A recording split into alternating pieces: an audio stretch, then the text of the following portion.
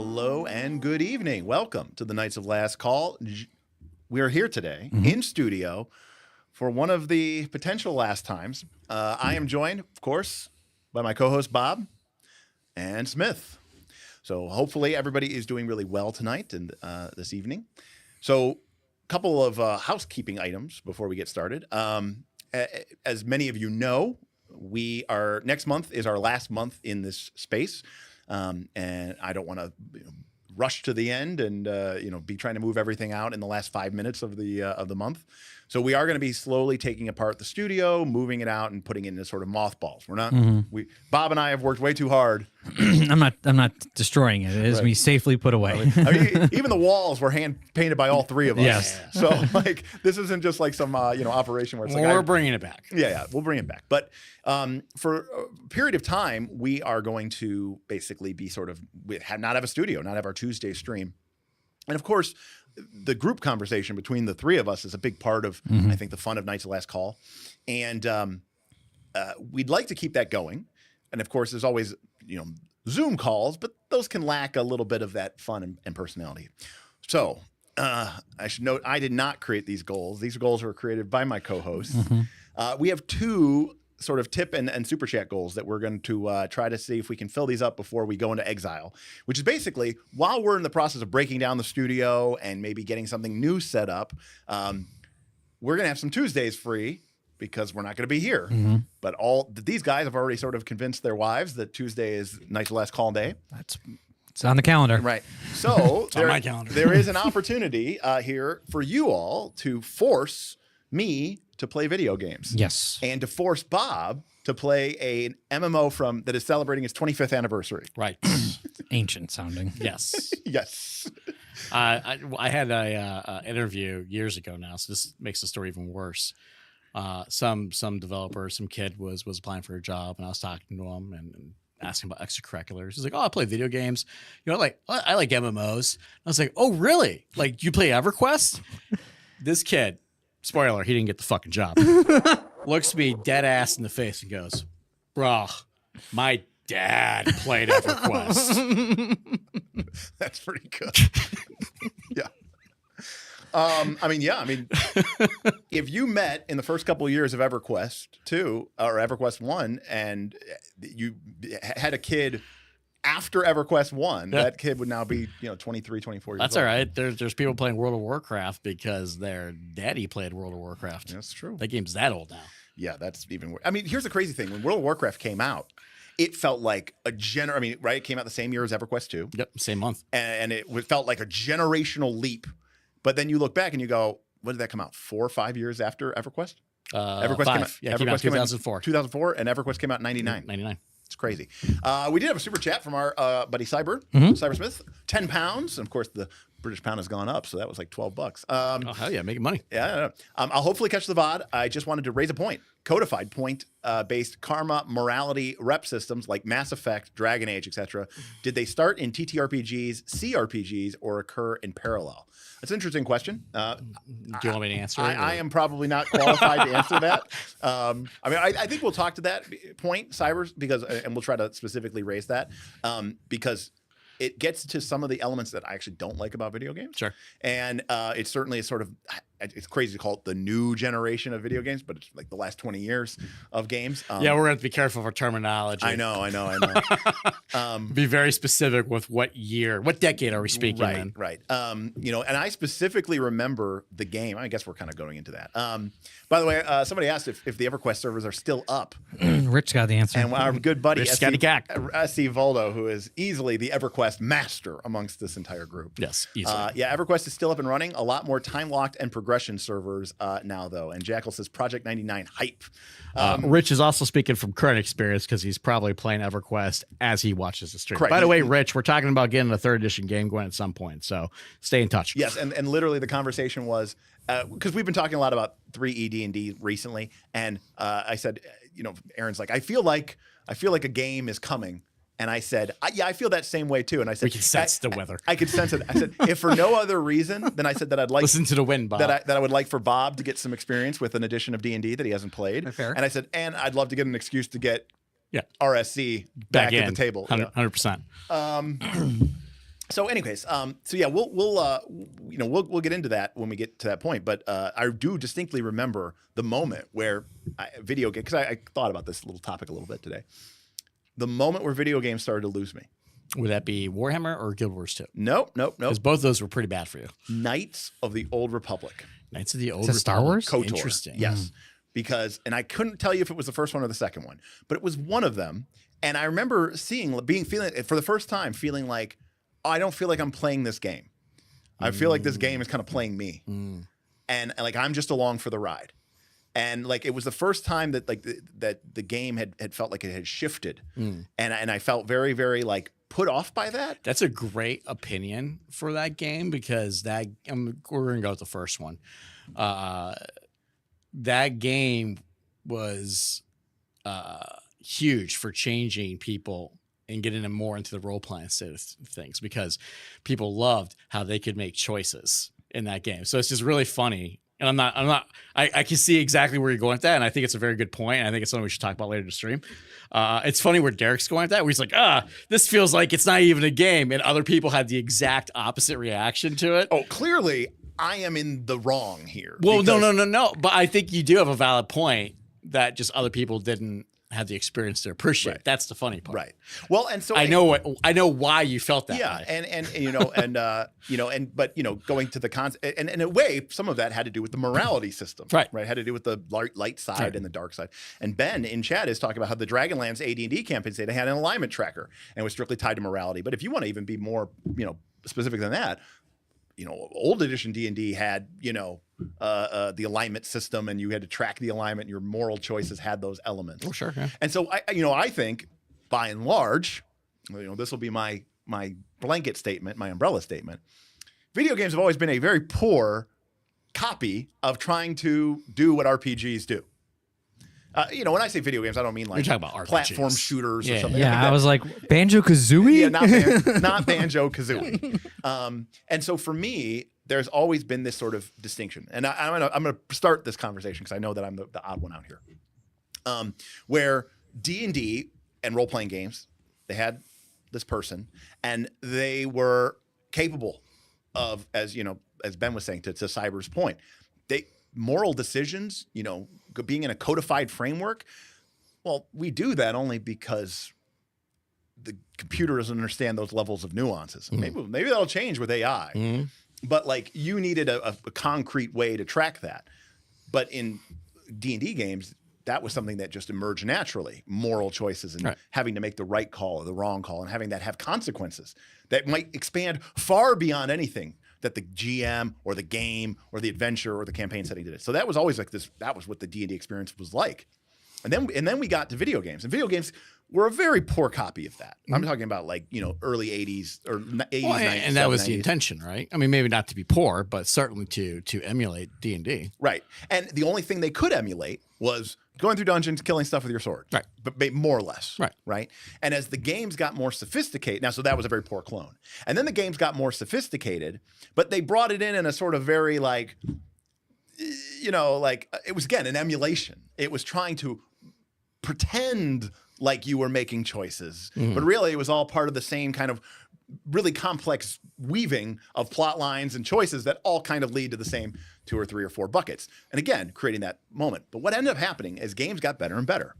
And at some point, for me, it was Knights of the Old Republic, but certainly as we went past that, we entered the uncanny valley of CRPGs. That's an apt comparison. And, for those of you who don't know what the uncanny valley is, it's the idea that like, if something looks like a human and it really looks like a human, you're very comfortable with it. And if something definitely doesn't look like a human, you're like, oh, look, it's a clearly, it's a bear. It's a clearly, or it's a very clearly artistic representation of what a human or human behavior should look like.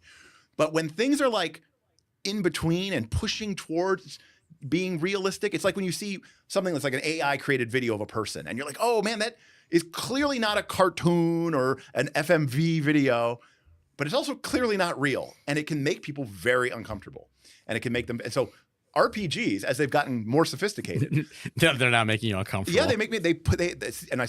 CRPGs have pushed through into that uncanny valley for me where I start to go, I look at BG3 and I don't know, I haven't played the game, but I see people's response to it and I go, yeah, I mean, that sounds like a pretty legit thing, but I know that that's not a real D&D game. And so it's like, but it's just like such, it's like the Matrix at that point, I see where you're going. What is real, and in my mind, it's not real, but it's starting to look so convincing. It just makes me uncomfortable. I don't know. It doesn't look real to me. It just looks like a video game. Well, but that's the thing I liked about, the thumbnail for this had a picture from Eye of the Beholder Part 2, and it had a picture from Final Fantasy 1. Those games were very clearly games. There was no disambiguation of trying it to be like, we want it to be just like real life. Like, I actually dislike that. I don't think every game is trying to be like I know, but I'm just saying that, but they want the sophistication. Everything is becoming more sophisticated, by and large, especially these big CRPGs. Now, don't get me wrong. I'm sure there are games out there nowadays that, especially like indie little whatever fun games that are doing their own little weird thing and they don't have the money and the budgets and the graphics. I'm just talking, on the and I think both are important because part of this too is to be like, well, is there anything that Derik would enjoy in the modern era? Modern era being like, let's call it the last 5 years, right? And I think that's an important topic because I do think that there are games, particularly in the indie space, but not exclusively, that would appeal more to your taste in being an actual game. Because I feel like the thrust of this conversation or argument, whatever you want to have, because it's not really an argument, is more about what do you want out of your medium, right? I don't think Derik's saying all video games are bad. I think Derek's saying video games are poor at being tabletop role-playing games. Yes, correct. All video games are not bad. I by and large, do not have the time or the capacity to play them, and I don't. But what I'm saying is like if there's a platform jumper game, okay, give me a Super Mario game, right? I grew up playing those, and they were 2D because that's the limitation of the game. But I love them, and that was part of the skill of the game. In fact, you could see that, by the way, because that's become very popular, right? Because the playthroughs, speed runs, but also like the Mario Maker, and people make the insane levels. Those things are wild. And then I think it was Mario 64 was 3D, and so was Mario Sunshine and Mario Galaxy. And I was like, and you're still jumping on a platform, but I was like, but you've changed the fundamental nature of the game just because the graphics engines got better. I don't necessarily know that a game like, is there something fundamentally wrong with a game like Castlevania or Metroid because it's a side scroller? No, there's still new games that come out that are like that. And in fact, they're very popular. I would say the market and Nintendo, for that matter, agrees with you to a certain extent because some of the most popular Nintendo games in recent history are going back to 2D Mario side scrollers, and those are games that I love because I played the 3D Mario games. I had an N64 as one of the 5 people that did, right? I also had a Virtual Boy. Definitely one of the 5 people had a Virtual Boy. No, nobody had a Virtual Boy. I had a Virtual Boy. I might actually own every video game that came out for the Virtual Boy because there was 12. That you're I don't even know what that is. Oh, so. see, your product's in trouble when you start playing it. There's a warning sign that says like if you play this for more than 20 minutes, you will have a seizure. Yeah, you will die. Is it like the black and yellow and red? It's red and black. Yeah. I remember putting it on like Toys R Us and going like just playing Dr. Wario or something. Definitely gave you headaches. And I was like, this is awful. It was fucking horrible. This is awful. Everything about it was horrible. I loved it. It's a complete piece of shit. They should have pulled that. They should never have gotten the market with that. Anyways, I lost my point. Yeah, they brought back the side scrollers, and those are a blast. I love playing them. Well, and that's because again, I mean, this is part of my bitterness, right? Which is that I feel like people have become more concerned with style over substance, right? Give me a great game. We talk about like some of the free league games. I mean, they might just have black and white art and all this other stuff. But if the quality of the game is good, then who cares if it doesn't have the glitz and the glamour and it has 25,000 NPCs that you can fuck? Yeah, it absolutely depends on the studio and the scope that they're going for. Right.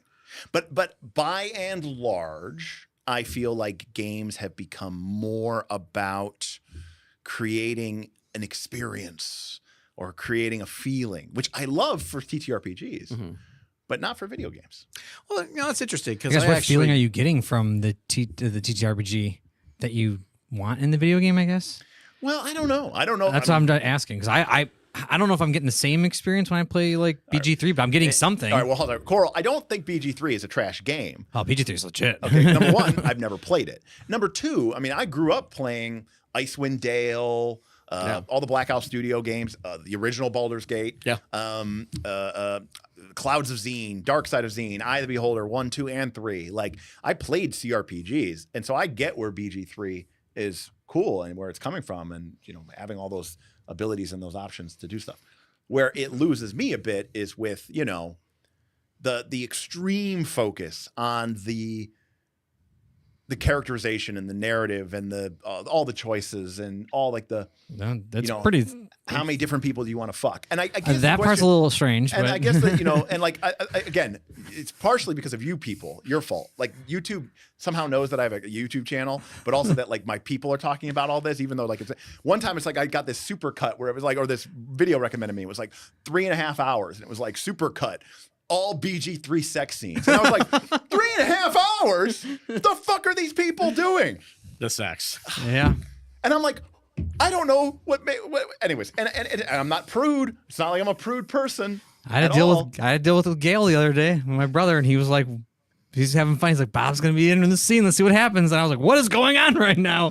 and again, here's the thing. If I was playing, I don't know, Monster Hearts, the CRPG. If I was playing Leisure Suit Larry, 67, 69, right? Okay, fine. But when I'm playing a D&D, like, is this happening at your normal D&D game? Yeah, actually, it's funny you mentioned that. I had a wizard once, really good role player and general just great D&D player at my table, and his character's ambition was to summon not one but 2 succubuses to have a harem with. That was a joke, though. Oh. It was seemed pretty serious. You brought it up a lot. Okay. This was let me point out. The only thing is I'm not kink shaming here, buddy. I want to be very clear about this because it's part of it's a 3rd edition joke. Okay? Let's say if I was a wizard, I could summon succubus. I'm not saying I wouldn't be tempted. In 3rd edition, okay. Double check the binding circle. Okay, 3rd edition, okay. In 3rd edition, clerics got access to a spell called Planar Ally. There was Lesser Planar Ally, and Greater Planar Ally. And it would let you summon a demon or an angel, okay, depending on your alignment, that would come and help you, but you had to kind of quid pro quo and give them something. Wizards didn't get Planar Ally. Right. Wizards got Planar Binding. And again, there was a Lesser Planar Binding, and a Greater Planar Binding. And this involved forcing a creature to the material plane and then basically making it obey you in exchange for its freedom. And this is going to get really awkward and dark. Given I think that was an Icewind Dale trilogy that I read. As you went up the ranks from lesser to normal to greater, the hit die amount of the powerful being that you could summon increased. However, the second one, Planar Binding, said you can summon up to 16 hit dice or something of elemental or outsiders, 1 to 2. So you can either summon like 1 16 hit die creature or 2 8 hit die creatures. And, I was flipping through the book and I was like, hey, a succubus is 8 hit dice. You could totally summon 2 of these. Think what you could do with that. Okay? And you did. No, I actually, you know what? I didn't because he killed me before I got to that level and I never got the ability to cast that spell. So the reason why I didn't get my dick wet from 2 succubi ultimately is Smith's fault. So thanks. Well, this stream is off to a start. I don't know. Am I broke? Because I didn't let you rape him. If it had been ally, at least you could have negotiated a price. But binding, I mean, all right. Listen, the succubuses are probably good with it, but the succubus are evil. Would that be CNC? Succubus are evil, so it's okay. Okay. If I can kill him. Anyways, Unfortunate Pumpkin with $10. D platforms. He has 2 super chats.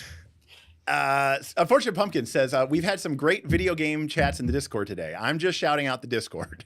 If possible, let this money go towards BG3. Lol. I prefer smaller budget games, usually not AAA games. So now we got quadruple A games. Although the fact that I just called it AAA should suggest that I am completely out of my depth here. What is a AAA game?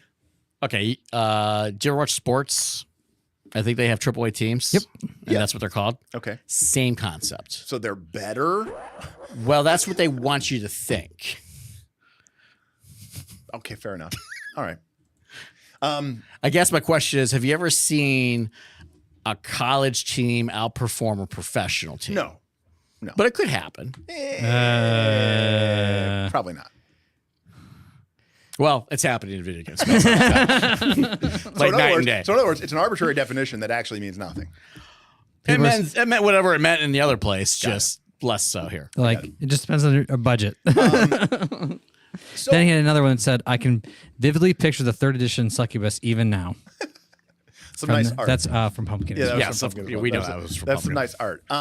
So again, the thing is, I grew up playing video games. Mm-hmm. You know, I got into Did you grow up playing just video games, or specifically like role playing type video games? I will break this down for you. Okay, you could argue this is the most Bob decision I ever made, and I was like 7. So Okay. you know, go with me on that. That's about the same mental age. Okay, Yeah. I as a kid, my dad or my uncle or whatever like that, we always had like an old Atari and like a Commodore 64, but you know, it was always just like Excite Bike and you know that kind of God, crap. I remember exciting. Yeah, you know, stuff like that. And then in whatever 1988, 1989 or whatever, I got a Nintendo, and it came with the dual Super Mario Brothers and Duck Hunt. Mhm. Yes. Right, so it I had, We had that. 2 controllers. It had the Yep. zapper gun, and it had Super Mario Brothers, and that was it. My game had Super Mario Brothers and Duck Hunt. For birthday or Christmas or something, I don't know why or how, especially since I literally owned one game. My parents or maybe a relative got me a subscription to Nintendo Power. So you can see all the shit you didn't have. That's the magazine. Yeah, that was the Okay. monthly magazine. Yeah, When you basically pay for like And when you got- advertisements. Correct. But you know, whatever. There was no internet, you know, or you had to call the Nintendo hotline. It was Right. like $7 a minute, even back in 19. You can write a letter. So when you signed up for Nintendo Power, you got a choice. You could you got 12 monthly issues. You always got that. Or you could get like 3 or 4 strategy guides per year. Nintendo Power would come out with specific game strategy guides. Mhm. So you could either get your 12 issues plus the 4 strategy guides or the 3 strategy guides per year, or you could get 12 issues in a game. Mm. So I got a game. Well, And that makes game- sense. I mean, that was a 100% That was increase. I doubled the number Yeah. of games. And the game I got was Dragon Quest, or Dragon Warrior. Nice. Nowadays we call it Dragon Quest, but Don't back even know in- what that is. The U.S. version of it was called Dragon Warrior. It was like the first Nintendo CRPG. Yeah. So that was the game I had Yeah. after Mario. And so I played that game a lot. It was a great game. And I thought it was really great. And to this day, I could probably navigate the maze without turning on my light spell or the torch. And very soon after that, because I was so into that game, came Final Fantasy 1. Natural Hmm. upgrade. And of course, you know, that was a huge thing because in Dragon Warrior, you had one person. You were the Dragon Warrior, and you know, you went around, and it was like first person, but like you couldn't move or anything like that. It was just like a Nintendo game. But then you got to Final Fantasy 1, and you had a party. By the way, what a great Nintendo Power magazine that was. It was like I think the second or third one that came out was Final Fantasy, and it was just awesome. Good art and all that. Yeah, like you mean the strategy guide? Well, both, right? You had the actual issue where Final Fantasy was the front cover, and it was cool. You have the strategy guide, which was phenomenal and super useful because, again, no internet. And then just the game itself came with that thick rule book or instruction manual, I should say. It was black. It was Yeah. It was kind of like that ledger size. Yeah, Oh yeah, it was huge. loved it. Maps. Can hang up a map on your wall. It was so awesome. Anyways, Final Fantasy was huge for me. So there I was playing Dragon Warrior and Final Fantasy all the time. At some point around this time, I read The Hobbit. And lo and behold, that led my parents to buying me Hero Quest, which led to them buying me D&D. Oh, wow. And that's how it all came into it. So my entire existence of being in here, and then around that time is when my cousin and my uncle decided I was interesting enough Right. because I was into cool shit. So Dragon Warrior was your gateway. So Dragon Warrior was my gateway, and I sadly say got it because it was the free game, and I wanted more games, so I just picked that one. Yeah, back then, Dragon Warrior was not remotely as popular. No, And in fact, the reason Final Fantasy was called Final Fantasy was because the studio, Squaresoft, making it was like, well, we're putting all of our money into this, and if it doesn't make money, we're fucked. right, we're out of business. Yeah. It was their last ditch, which then got awkward when they made Final Fantasy 2. Boy, yes, this is after the Satanic Panic. I never really had to deal with that. I mean, this is mostly late 80s, early 90s. We had another super chat here from Save Versus. He says, I'm good with inspiration coming from anywhere. See D&D inspiring WoW, inspiring 4E. Personally, for me, TTRPGs for group activities, video games for playing alone. So that is, I actually don't like playing video games alone. interesting. I almost only play when my brother is able to play with me, or if I know like someone else can play. Like I don't. The only time I ever played video games alone is when I was playing Pokemon, like on the Game Boy. What about you? Now, you play a lot of MMOs. Yeah. At some point, I think at some points in time in our life, you have maybe been an active subscriber to 10 MMOs at once. Most of that's just because I'm too lazy to cancel anything, but you're not wrong. But I will say that I'm usually playing between 2 or 3 actively at once. Right. Just And- MMO. So do you find that you play a lot of games solo? So do I find it end up being solo a lot? Yeah. Is it something I want? Not necessarily. Depends on the game. Got it. Right. But like one thing that for me over time that has changed is games, particularly like social games, like lose a lot of their luster if you're not playing it with someone, right? Got it. Because a lot of like for me, like I'm sure we'll get into like how we got into EverQuest and all that, but like you weren't wrong earlier when you were like, video games are a good thing to do when you can't play a role-playing game, right? Sure. So like that's kind of like where MMOs came in for me initially, and then like there's a lot of good things in those games in general over years that I appreciate. But in general, if I'm going to play like a social-oriented game and I don't have someone that I could tell the stories with or go, oh, do you remember the time? Or all the things that we love in role-playing games, it loses a lot because then it's just like, well, what am I doing? Like I'm having this experience. I could tell other people, they're just going to think I'm weird and cringy. Yeah, I guess to a certain extent, I feel like if I'm going to play a video game alone, I'd rather just like watch a movie. I don't know. Yeah, that's why I don't. Yeah. I mean, I play like phone games, but those are like strategy games. Like Yeah, I don't. well- And like I said, like I played Pokemon, but that's because like, literally you're just holding your own game. Right. But I literally will only play usually if I can get someone to play with me. Well, so I want the social joking. I want the Call of Duty. I want the back and forth. like most things, I don't think there's a clear like extreme here because you mentioned this earlier, and I found it a little surprising. That like you're kind of like restricting experiences to certain mediums. Or more specifically, like why is this video game trying to get me to feel an emotion, right? That's the purview of role-playing games. I actually disagree with that. I think it's the purview of like entertainment or creation. Like art is designed to make you feel something. Music's designed to make you feel something. Clearly, a horror movie is oriented around making you scared, right? Sure. Books have a lot of things they're trying to invoke from you. Depends on the book. Some books are just nonfiction factual things, right? They don't care what you feel. Here's the facts, right? So I wouldn't say that a video game shouldn't be allowed to let you feel an experience. Now, if a video game is trying to make you feel the same things that TTRPGs make you feel in the exact same way, yeah, that's obviously like, okay, there's going to be a problem there, and we can get into the reasons why. But excluding experiences in general, I don't think it's a bad thing, and that's why, like, playing solo, why wouldn't I just go watch a movie? It depends on what I want to experience, right? If I'm feeling something that's a little bit more like, oh, I want to feel scared, right? Well, for example, horror movies don't do it for me. I always found them to be cliche, boring, and tedious, right? Like, oh no, he's coming out of the closet. We're just going to scream and shit our pants, right? Like, I don't find that engaging. But when, like, I'm in the driver's seat, right? Like we had a great chat on Discord today about the importance of role-playing games and letting you experience something outside your normal perspective, right? When you watch a movie about someone who is dealing with some sort of challenge, you're watching that challenge happen to someone else. But when you're playing a role-play game, you get a little taste of what it feels like to have that happen to you.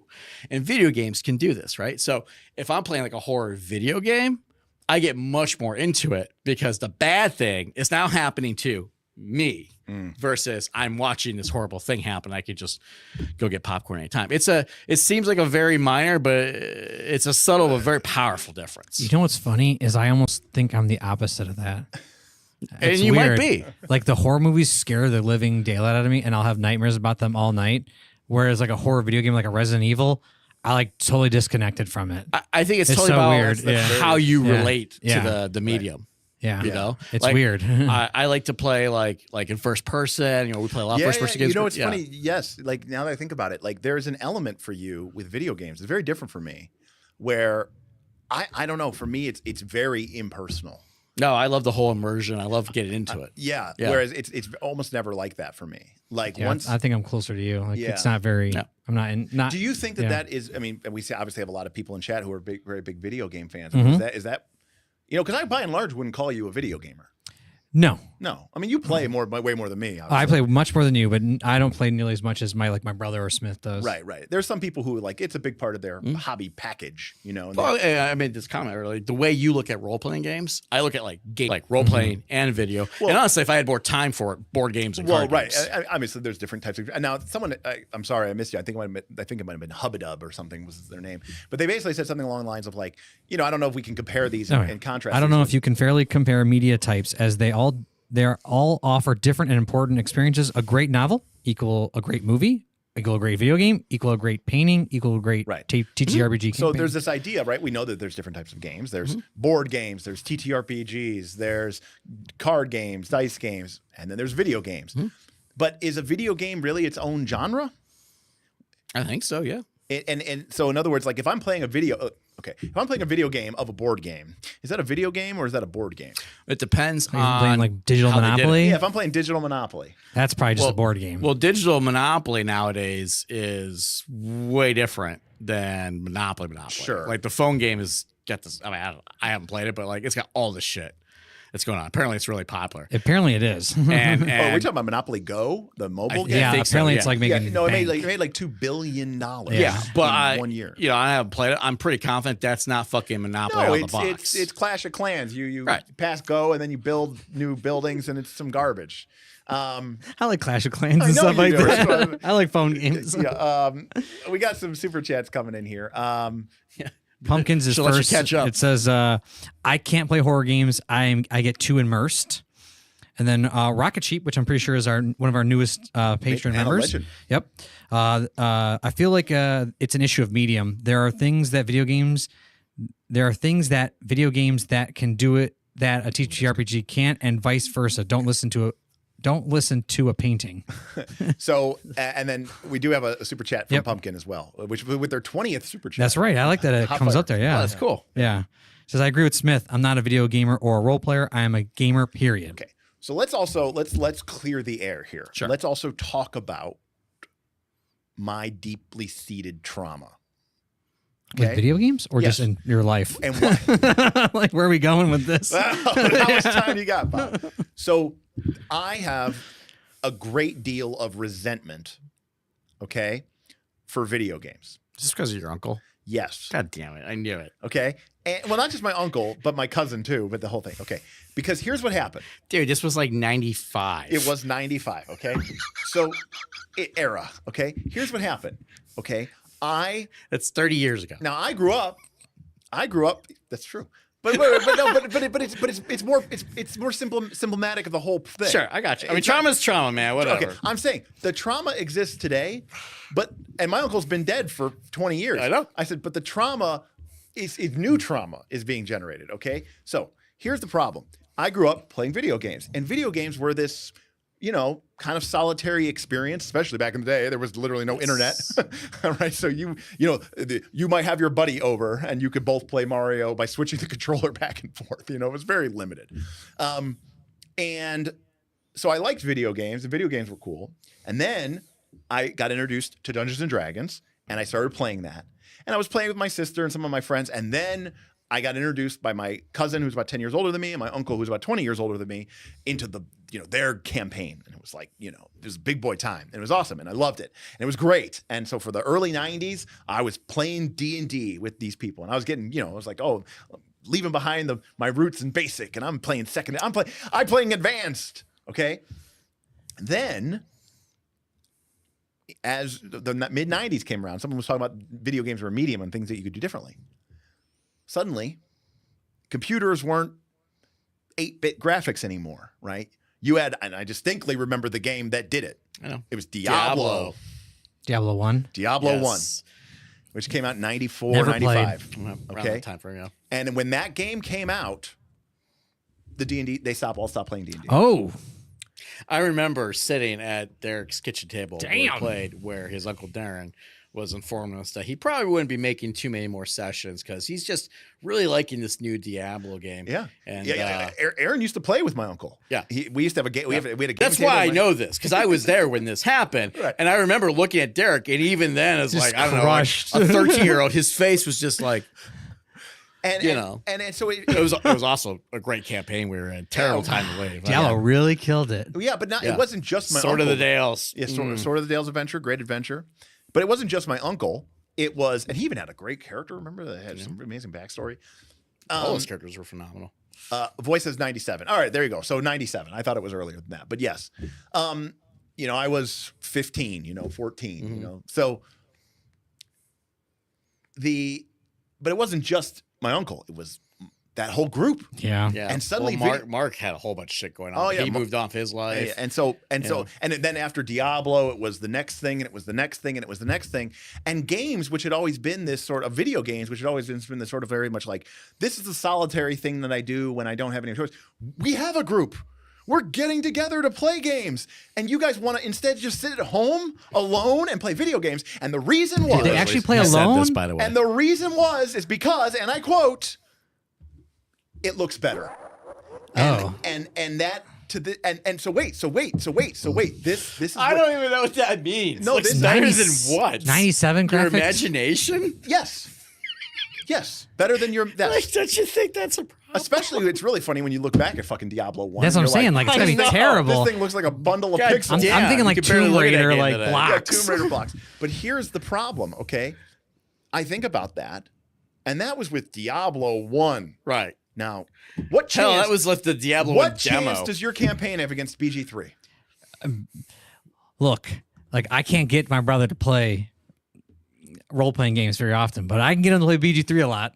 And so that's how I play with him. I mean, KC has my fear, but apparently it backfired. I thought BG3 might break up my group, but eventually it just made them more rabid for RPGs. There is this weirdness in BG3 that with the picking your spells and what feat you're going to take next, the level up, they get like, oh, I can do this in D&D too. That they kind of feel it too. Yeah, BG3 surprisingly has been a good gateway. It's not drug that into bad. role-playing games, but there's been two problems with it. One, Casey, you're 100% right. In fact, I remember when Starfield and no one talks about Starfield anymore, but when Starfield came out and BG3 came out, that was. I remember you were big into Starfield. Yeah. Well, You tried to be. Everyone was. Yeah. I still like Starfield. Okay. Like, here's the thing: Bethesda games are fucking train wrecks, but I know that because I'm a lifelong Bethesda fan. So I knew what I was getting in for. I was like, this game isn't going to work, and Tom Howard lied about fucking everything, and that's exactly what I got. I was like, yeah, that's what I signed up for, right? Everyone else was like, I thought it would be a good game. I'm like, how the fuck would you think it's Bethesda? They told you on the cover who made the game. Why would you think it's good? Anyways, BG3 also came out like same time period, and like that's when like all our numbers went. Oh, yeah. We even had Oh, we had the BG3 event. Yeah. Like post your character and the person That you was want to actually have a very sex popular with. event. It was a very popular event, one of our most successful Northern Reaches events. Watch your clip in there, Smith. Sorry. He get a little excited. You got a little excited. Bethesda? I don't know anything about him. Yeah, and so I completely remember that. Yeah. BG3 almost like sank our massive community game.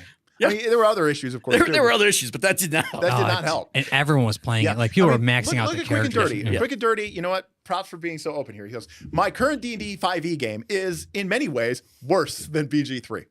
But there is something to be said about playing with a live group, even if it's for D&D 5e. I see it fundamentally healthy to be with people. Now, that is something I say all the time on this channel, which is the crappy story that we legitimately create together Correct. is, for me, always a better story than the one I'm going to get for video games. But I've met a lot of people who basically say, oh, no.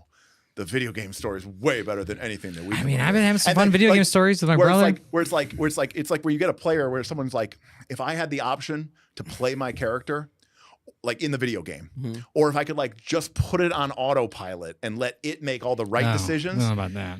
Well, no, this gets back to my whole thing about people who play with the strategy guide. Yeah. Like, what's the best decision? Because I don't want to make a mistake. Right. And I'm like, so I don't get it. They've made all this effort to create all these amazing optionals that you can now go and do whatever you want to do. But now you just want to play with the strategy guide? I don't get I don't even get like if you're gonna play like a game like BG3 with choices, I feel like you gotta play that game with autosave on, right? Like we autosave all the time. no, just like no takebacks. Oh. Right? Because that's the fun of the game. We die a lot. Well, this is the other thing. We die a lot. We talk about TTRPGs and we talk about tabletop role playing games, and we talk about video games. And this is something that we've discussed at length, and I don't understand why it doesn't work. But people have this like they'll play even a game now that like BG3, which is very clearly very much like D&D 5e. Yes. I mean, it is right. And then, but if you go and you're like, yeah, but it's worse. It's kind of like a better version of 5e, if we're being honest. Okay, but it's like, oh, like this game is exactly like 5e, and you're like, yeah, and you're like, yeah, but my regular 5e game just doesn't have the same, has a lot of problems. And it's like, okay, so in your 5e game, when everybody dies, do you just reload from the previous save? And you're like, which is right outside the combat. And they're like, the GM's like, no, that would be lame. That would destroy the game. So then BG3 is terrible because when you're That's a weirdly good point. When your party wipes, do you delete? Right, that used to be an option. Play Iron Man mode, Iron Man mode, where you can't save. It only auto saves, and if your characters die, it deletes your save file. I mean, my brother. How many people would choose to play like that? The answer: almost none. How many people play their D&D campaigns like that? All of them. And you wonder, okay, all of them. Okay, fair enough. Because the GM is going, oh, how many hit points you have? Yeah. Oh, 3? Oh, the ogre hits and does 1 damage. Doesn't he roll 3d8? How does he doing 1 damage? Oh, it's 3d8 minus 2. Yeah, his heart wasn't in it. But like my brother we'll be going up to like a spot where I'm going to open the door. My brother knows how I play because I'm a barbarian also in BG3, and he looks at me and he goes, I'm going to autosave here because Bob's going to get us killed. Because he's just going to run in there and do something stupid. Right, you're going to leave. I mean, your brother's got a great point, but I feel like if you're playing BG3 with Bob, you're kind of signing up for that. We did have a super chat that I want to get from Rocket Sheep. Okay, sure. It says, I remember hanging out with my dad when I was young and being terrified of the butcher. Fresh meat. Fresh meat. You know what the butcher is, Bob? No, is it from Resident Evil? No. Jesus Christ. Then no. It's from Diablo, Bob. It's like the first. Diablo 1? Yes. And I think Diablo 3. They brought it back. I played Diablo 3. I don't remember the butcher, so I guess he's like the first boss of the first dungeon in Diablo. I played Diablo 3 a lot because I could play with my brother. Because Diablo, by the way, was actually called, I think it was called like a horror RPG or something. Was it? Was it? It might have been. Yeah. It was certainly one of the first like Aladia, it says the dating sim and the ego stroking is 95% of what made BG3 popular. You know what? The YouTube they're not wrong. YouTube thumbname recommendations that are being sent to me suggest that they are correct. That's so funny because that's not how, I guess maybe ego stroking, but I don't know. I'm playing BG3 like I'm like, this is really cool. I'm a barbarian. I'm gonna go and rage and do this attack, and that's really cool. And I get to play with my brother and sometimes his buddy. I guess I'd rather play in person just because it's just easier to talk in person versus like, what'd you say? Did you say something? Like that's the only thing I hate about the internet. Other than that, I'm still playing with my group of friends, and we are playing a game that has levels and feats, and we're all doing stuff, and there's rolling. And what are you gonna do next? What are you gonna do next? I just so that part is cool. I just think it's crazy that like video games have gotten away with this, even to modern day where you have like save points and I chose the wrong choice, I'm gonna reload it. And for some odd reason that doesn't ruin the experience for people. But when you even like think sort of about just doing natural. that at a table, and by the way, that solves a lot of problems. It does. It solves a lot. How many of times do we get in arguments with people be like, get rid of death in Pathfinder 2, the game isn't built for it. Here's all the mathematical reasons why we can prove that the game is not built for it. And people are like, yeah, but that's lame. Or you don't have to have fine. End your fucking campaign then, asshole. Right, like look interesting. Look at like a World of Warcraft. Okay, we go in and we're playing with Bob and we're playing World of Warcraft and Bob's an asshole and Leroy Jenkins and we all die. Well, guess what happens? We release our spirits. We go back to the spirit Unless healer. Unless we're playing hardcore. Okay. Well, right, which is insane that people do that, by the way, especially in WoW. Okay. You can die from like fucking walking too fast. But that's my point. That can happen in D&D. D&D has a lot more volatility than I think World of Warcraft. Oh yeah. And so, but when you die, why do I accept it? Why do you accept it? Not like, would you ever play "quote unquote" hardcore mode in a video game, where if your character died, you get deleted? Would I probably have I ever? No. So I guess the answer is technically no, since I've never done it. I'll do you one better. There was, to be fair, a transitional period in which I was getting out of video games, but I entered what I call double hardcore mode. Okay, I would start playing a game. And then if I got to a point in the game where I couldn't make any further progress, or I got killed, I would never play the game again. Oh gosh, Yes, that would be it. I would be like, and I'm done. Okay. Well, that's actually funny because That he'd be like, for MMOs. That happened for. I could totally see that CRPGs. conversation, like Smith going, "Did you ever get to that boss in the 3rd dungeon?" You're like, "No, I died." Yeah, but like after you died, like when you rolled the new character, no, I that was died. it. I I died. died. Right, because I hear a lot of people, a lot of times I go, when you die, you have to restart. And they're like, yeah, there are games like that. They're called roguelites. And I'm like, no, those games are made to be repeated. Like you're fucking Tom Cruise in Live, Die, Repeat, or Edge of Tomorrow. Yes. Right? Like the whole idea is that you keep repeating the cycle. And a lot of these new games are like, and you get bonuses because you just die. Oh, sure. Yeah. When you die, you get to go buy new shit so that your next runs are even easier. How was Elden Ring? I never played it. My brother was big into it. I like Elden Ring. It's I a saw great game. Boopy talk about it. He said he did that with Elden Ring. It took 45 minutes to get to that point. Never played it again. It's a great game. I never beat it. It's a game that I could see Derek potentially liking because it's an open world game that is done pretty well in that you get some like 30-second opening cutscene that explains something, and then you're dropped in the game, and that's basically it. And then you're kind of free to go and try shit out. And it kind of has more of like a I'd say in terms of difficulty, like a Forbidden Lands or Dragonbone kind of vibe, where it's not, the difficulty isn't like something that's like mathematical, right? You can kind of go and do whatever for the most part, and things are going to be about as hard as they're always going to be. It's just that you can like get better at the game. You can learn some strategies. You can, solve encounters different ways, like it's a lot more like site-based kind of. In the new Zelda, can't you like go fight Ganon like right off the start? Yeah, both of them. Yeah. As far as in the new Zelda, I think there's a little bit of a delay. I'm talking Breath of the Wild. But Breath of the Wild, yeah, once you're out of the tutorial, which is barely a tutorial, right? You can literally fly your glider from the tutorial area to the castle and beeline for it. And there are speed runs where people go and they'll fight Ganon with a stick. Yeah, people are crazy. Yeah. And so I see some things in chat too. Someone said, Pumpkin, he said, I put almost 150 hours into Elden Ring, but I never beat it. So I want to talk about this interesting phenomenon.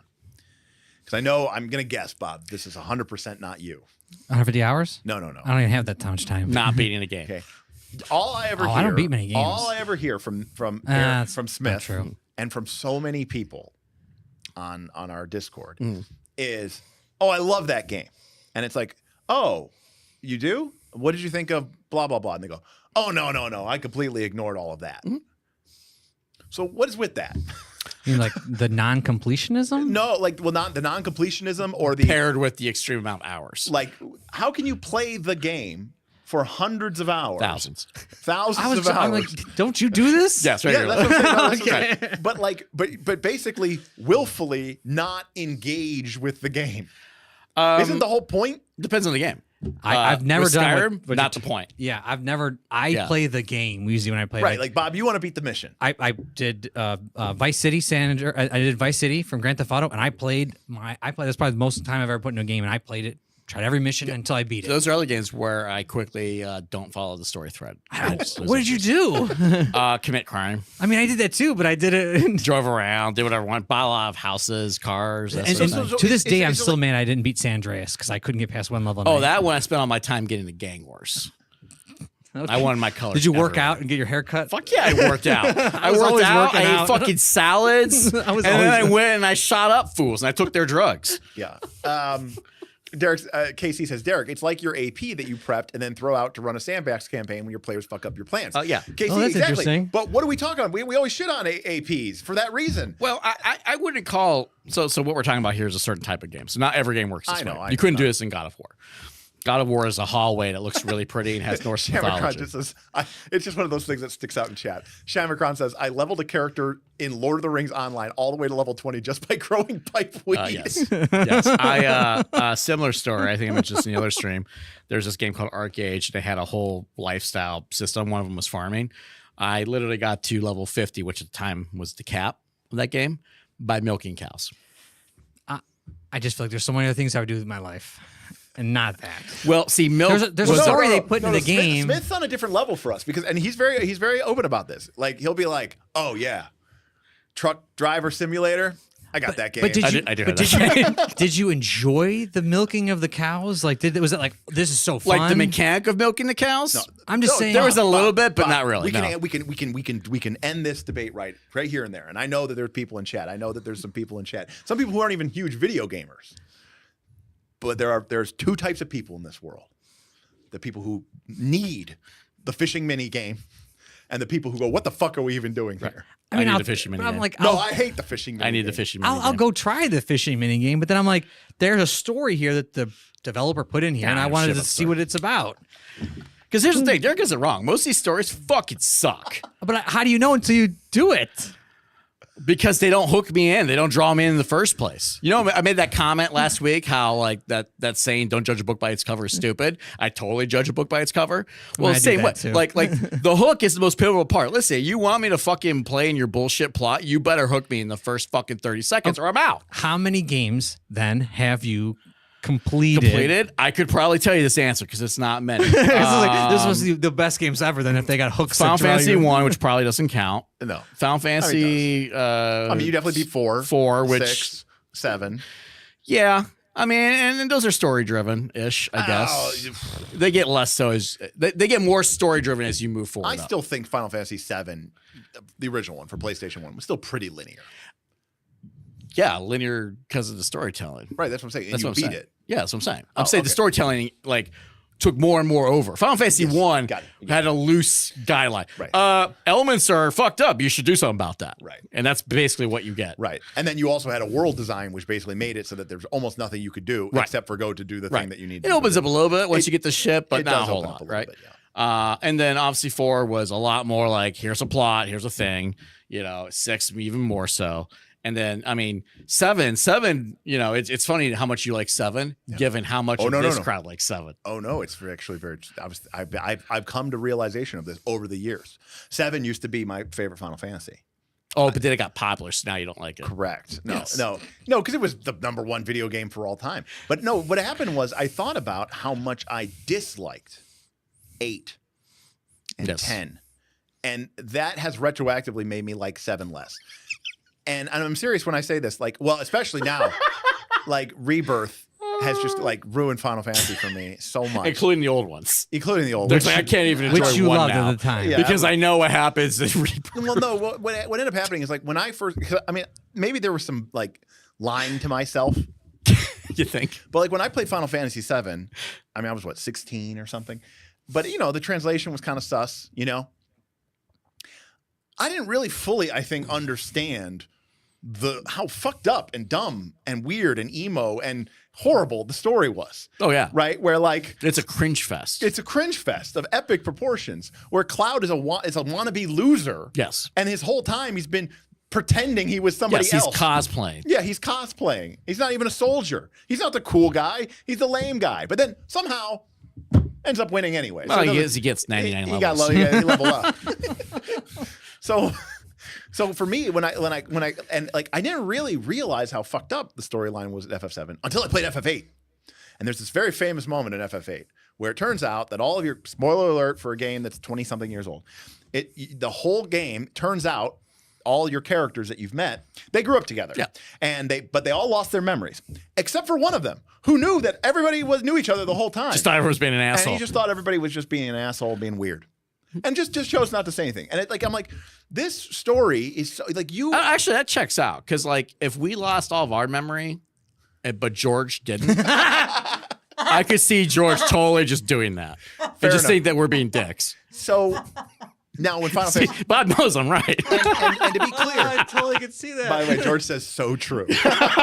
Totally could see that. Oh, and so what ended up happening was, that's good. What ended up happening was that when Final Fantasy 9 came out, by the way, shout out Mike, what's going on, buddy? When Final Fantasy 9 came out, I was like, oh, back to the dungeon. Fairly normal storyline. There's not too much fucked up shit here. Black mage looks like a black mage. Yeah, but just there wasn't Zidane is secretly a figment of a dream imagination that he may not actually exist from a shard of a lost world, which has reemerged from the crystalline neck. No, he was just a monkey guy. Yeah, but yeah, tail. Yeah, I'm okay with that. Then, so it was a refresh. It was a refreshing, because eight was the first Final Fantasy game that I beat, but literally I sped run it without speed running. Because normally you way overkill. I way overkilled it. Final Fantasy VIII was a game where I played it. I got this Guardian Force that made it so that you didn't have random encounters anymore. And you told me about this. And then I just ran through the rest of the game because I figured out the bosses are all auto leveled against you. And so that way, my play time for Final Fantasy VIII was under 20 hours. So then I played 9. I was like, oh, this game's really great. And then 10 came out. And because 9 had been like this palate cleanser, that's why 10 hit me so hard. And why it destroyed my interest. 10 is a very controversial game. Some people love it. But for me, that's what I'm saying. People love it or hate it. I've only played 7. Yeah. And 10 broke me. So I only have one experience. And so a couple things broke you in 10. Part of it was my fault. I ruined it for you. Sure. Because I pointed out how they can never say your name. Well, that's just a limitation of the time. But sure, yes. But it did ruin it for you because you oh, and there's a romance scene in 10. Yeah. I'll ruin where this chick, this chick that is supposed to be in love with you, well, she can't call you by your name because you could put your name in as anything. Right? Yeah. You could be like dick sucker or whatever. I love you, dick sucker. And so in the scene, it's voiced, right? She's like, I love you, son of jacked. It's like, who says that? Jacked is your dad, obviously. Jacked is your dad. That's the only thing they do. I'll ruin 10 for you. I'll ruin 10 for you one step. Kind of weird. I'll ruin 10 for you one step more. Beyond Blitzball? Beyond Blitzball. What do you think the main character's name is? I don't remember. What the fuck? Tydus. Oh, Titus? It's Titus. Titus. That's how it's actually pronounced. Titus Christ. Titus Christ. Anyways, so 10 came out, and here's the funny thing. So I beat it. Hated it. Never played X2. I don't even count that. 11 was online, and then I got 12. Yeah, some good memories in 11. Okay, 12 was the first Final Fantasy game and the last Final Fantasy game that I played.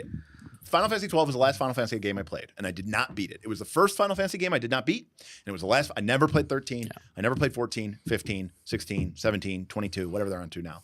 But 16. Now, you might say, well, but Derek, Final Fantasy 12 was an Evil East and it had all the things. No, it had an extremely complicated plot and an extremely complicated It was game Game of system. Thrones complicated. Yes, it was Game of Thrones complicated. It was super political. And it had all this really confusing spheres and all man, oh, yeah, you had to program your characters. You had to program I loved it. your It was characters.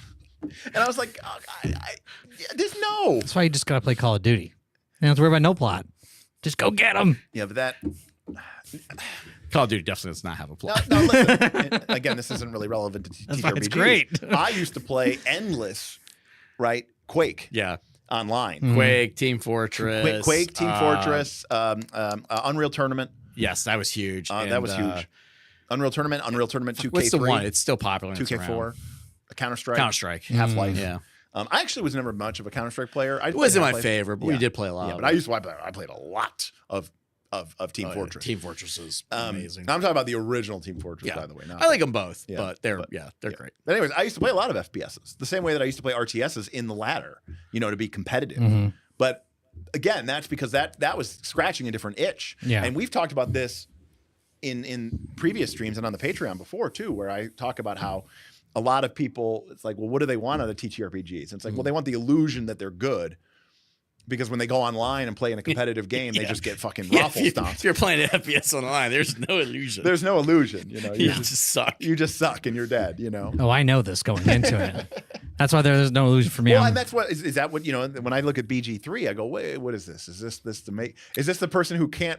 Is this the person who can't make it in Call of Duty, so they go play BG3 to feel special? I think BG3 is different. They're like, oh, I killed the boss and I got the lady. Oh, we were sexing her down good. I mean, I'm telling you, I die a lot in BG3. Right, but it doesn't matter. I know, but what I'm saying is it's hard. At the end of, when you die a bunch of BG3, you don't have to look at a stat sheet that says that your kill-death ratio is 1 to 50, and you got 40 people in TeamSpeak or whatever calling you a fucking noob and a loser and go kill yourself. My brother. He's like, Bob, I carried this whole team. What have you been doing? I mean... Bob, I'm just going to say it is disrespectful that you work on an RPG channel and your brother is carrying you through a D&D game. No, the D&D game I do pretty good in, but like Call of Duty, He's not carrying you through Baldur's Gate. No. Okay, that's fine. No.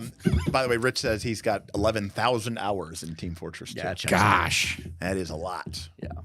What is it? That might be more than my Skyrim time. Yeah, I think that is. I mean, 10,000 hours, they say, right? That's like you are a master, right? Isn't it 10,000 hours? jeez.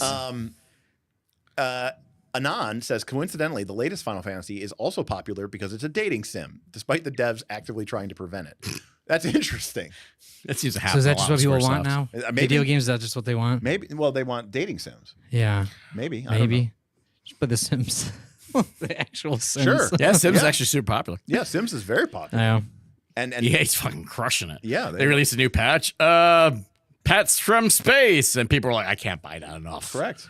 Amanda, that's all she plays. Is Jeez. The Sims. Yeah. So yeah, like there's this idea here now to me where it's like it's less of, and I think this gets back to the whole video game thing, which is it's become less about, hey, this is an entertaining game, and more of like, forget your horrible life for just a few brief moments, be rifted away into a world where you don't fucking suck, and everyone's like, yes, Yeah, you still die. But isn't that? but you can reload. But isn't that RPGs too? Whisk you away from your life, and you don't suck anymore. I certainly play it because of escapism. There's a scary tell. Rich says Brennard in EverQuest will be 21 years Oh old. my God. Real life, 393 years in game life. Oh, shit. He's at least a dwarf. That means my bard is dead. My bard is dead 300 years over. Holy shit. I log in. It's just a tombstone. Mindblown wants to know if I would date Cthulhu. I mean, no. No, Smith would smash. Did I smash Cthulhu? You might have I smashed think it. so. Anything with tentacles, you were into. You know what? Listen, Pumpkin says they would absolutely date Cthulhu, so I definitely would not date Cthulhu. Yeah. Pumpkin says, and I play TTRPGs as Escape, and Quick and Dirty says, isn't that why we play TTRPGs? Isn't Derek? I just said. I know. I'm saying a lot of people agree with Bob. Yeah. And my answer is, I don't think so. Really? Yeah. Well, you could play a game for your own reasons. I mean, case in point, like the only video games that I've really, really played over the last, 10 plus years have been games like City Skylines or like SimCity or like Yeah, those aren't escapist games. those are not escapist games, right? Wait, but I'm talking about actually TTRPGs. Do you use TTRPGs No. as to escape? So, but, No. but don't you always talk about like drive it like you stole it? Sure. You work 9 to 5 every day and your life sucks. You're a hero in fantasy. I because that's the thing. I am very much viewing my character in a weird way like a video game character, which for a lot of people, the joy of playing the TTRPG is that I'm matrixing into my character. I'm in that first person view. I am them. Yeah, your Okay. character's still just an object, too. I don't want to do that. My character is still very much an object to me. Oh. I'm using them to explore this game space and to make funny shit happen or to make cool shit happen. And I just kind of get back and it's almost like, playing City Skylines where I'm like, I'm going to build this new highway and see what happens. I feel like I'm in the middle. Like sometimes, like in L5R, I got really into what my character was doing, and me, I felt like I was really escaping the world and playing L5R. And then other times, I'm like, yeah, I'm just gonna kill some things, and this is kind of fun. Yeah, and, entirely for me depends yeah. on the game, the campaign. L5R, I agree. I don't even know how I would play that if I wasn't like into it because of the nature of that game. Yeah, I have to constantly be thinking like decisions I'm going to make, and that's just easier if I just like embrace them as my own. Other campaigns, yeah, it's hit or miss. Sometimes I'll get super involved in it, right? Part of it depends on like, is this a world I want to escape to, right? Like, I'll say, for example, the grim dark future. Well, right. I was gonna say like Forbidden Lands. Like, I don't actually play Forbidden Lands that way because I don't really want to be in the Forbidden Lands. There's nothing about it that appeals to me. I'm not talking about the game. I'm talking about the world, right? Like, I'm not like, oh, this would be a fun place to live. I could, reconnect with nature. I was like, no, everything about this is horrible. If I lived here, I would go to the south or somewhere. I don't know, maybe the west. It all seems fucked. I mean, it's called the Forbidden What's over Land. the ocean? It's called to the east. Forbidden Land, right? So like that, not escapism for me. Honestly, it's like a third job because I'm like, okay, all right, I'm done with the kids. Yeah. All right, I'm done with the employees at work. Time to play with my friends and see if I can keep Bob from killing all of us. No, Bob, don't stick your hand on the stove. That will burn you. Yep. Yes, it's gonna hurt. Stop. Don't run in the street.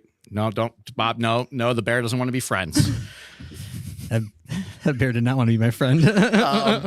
Pumpkin says, I GM like Derek plays, I guess. Yeah, I actually view my playing experience very much as a GM kind of experience. It's almost irrelevant to me. Like now that doesn't mean that I'm not interested in the interesting choices that my character would make.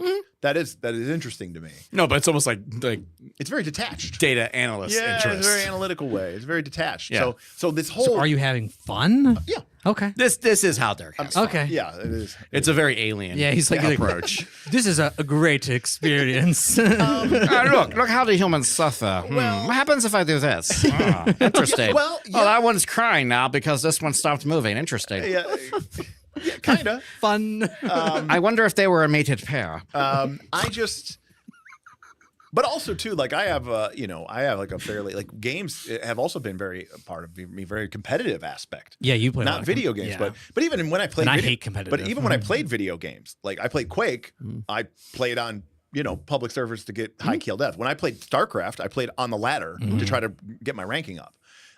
So for me, like for StarCraft, I played the campaign. Right, and don't get me wrong, I played the campaign too. But by and large, I wasn't really that interested in the campaign. I was much more interested in just playing the game.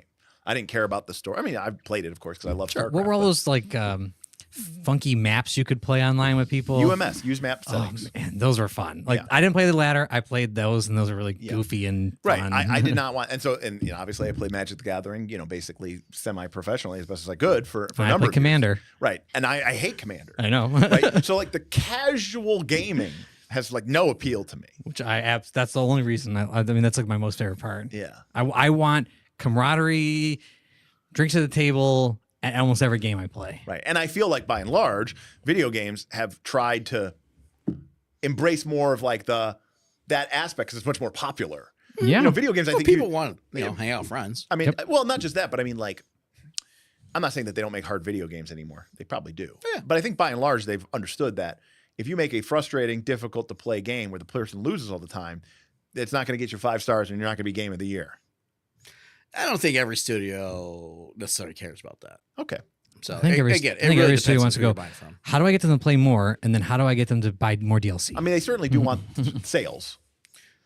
Right. They want sale figures. Again, right? Like as you go to different studios who have a range of different games and a range of different shops within those studios, and then especially as you move more to the independent side, it does get more to I want to build my vision of what I think a great game is and less about making the sales. Now, coincidentally, the ones that do a good job at that also usually get the sales. And that's what you're seeing in the current market now, where you kind of have this like surge of indie games that are just fucking toppling these AAA, or as EA would say, a quadruple A game, because they added a letter to make their games more expensive. So good. The CEO literally came out and said, ours is a quadruple A game, so that's why it's $70. Basically, it's their version of it goes to 11. Yes. It was hilarious, too, because it was like, horrible game. He like shit the bed so bad. It wasn't even finished. Anyways. But yeah, you're seeing a lot of these other games because like I think people forget this. They take for granted like how good BG3 is. BG3 came out of a relatively small studio. It's not what people would consider a AAA studio. Like they've had some good success before, but like it isn't an EA. This was a small shop. They're independent. They're not owned by anyone except by themselves. And they just kind of went out and did whatever the fuck they want. And you can tell because they still talk like however the fuck that they want, right?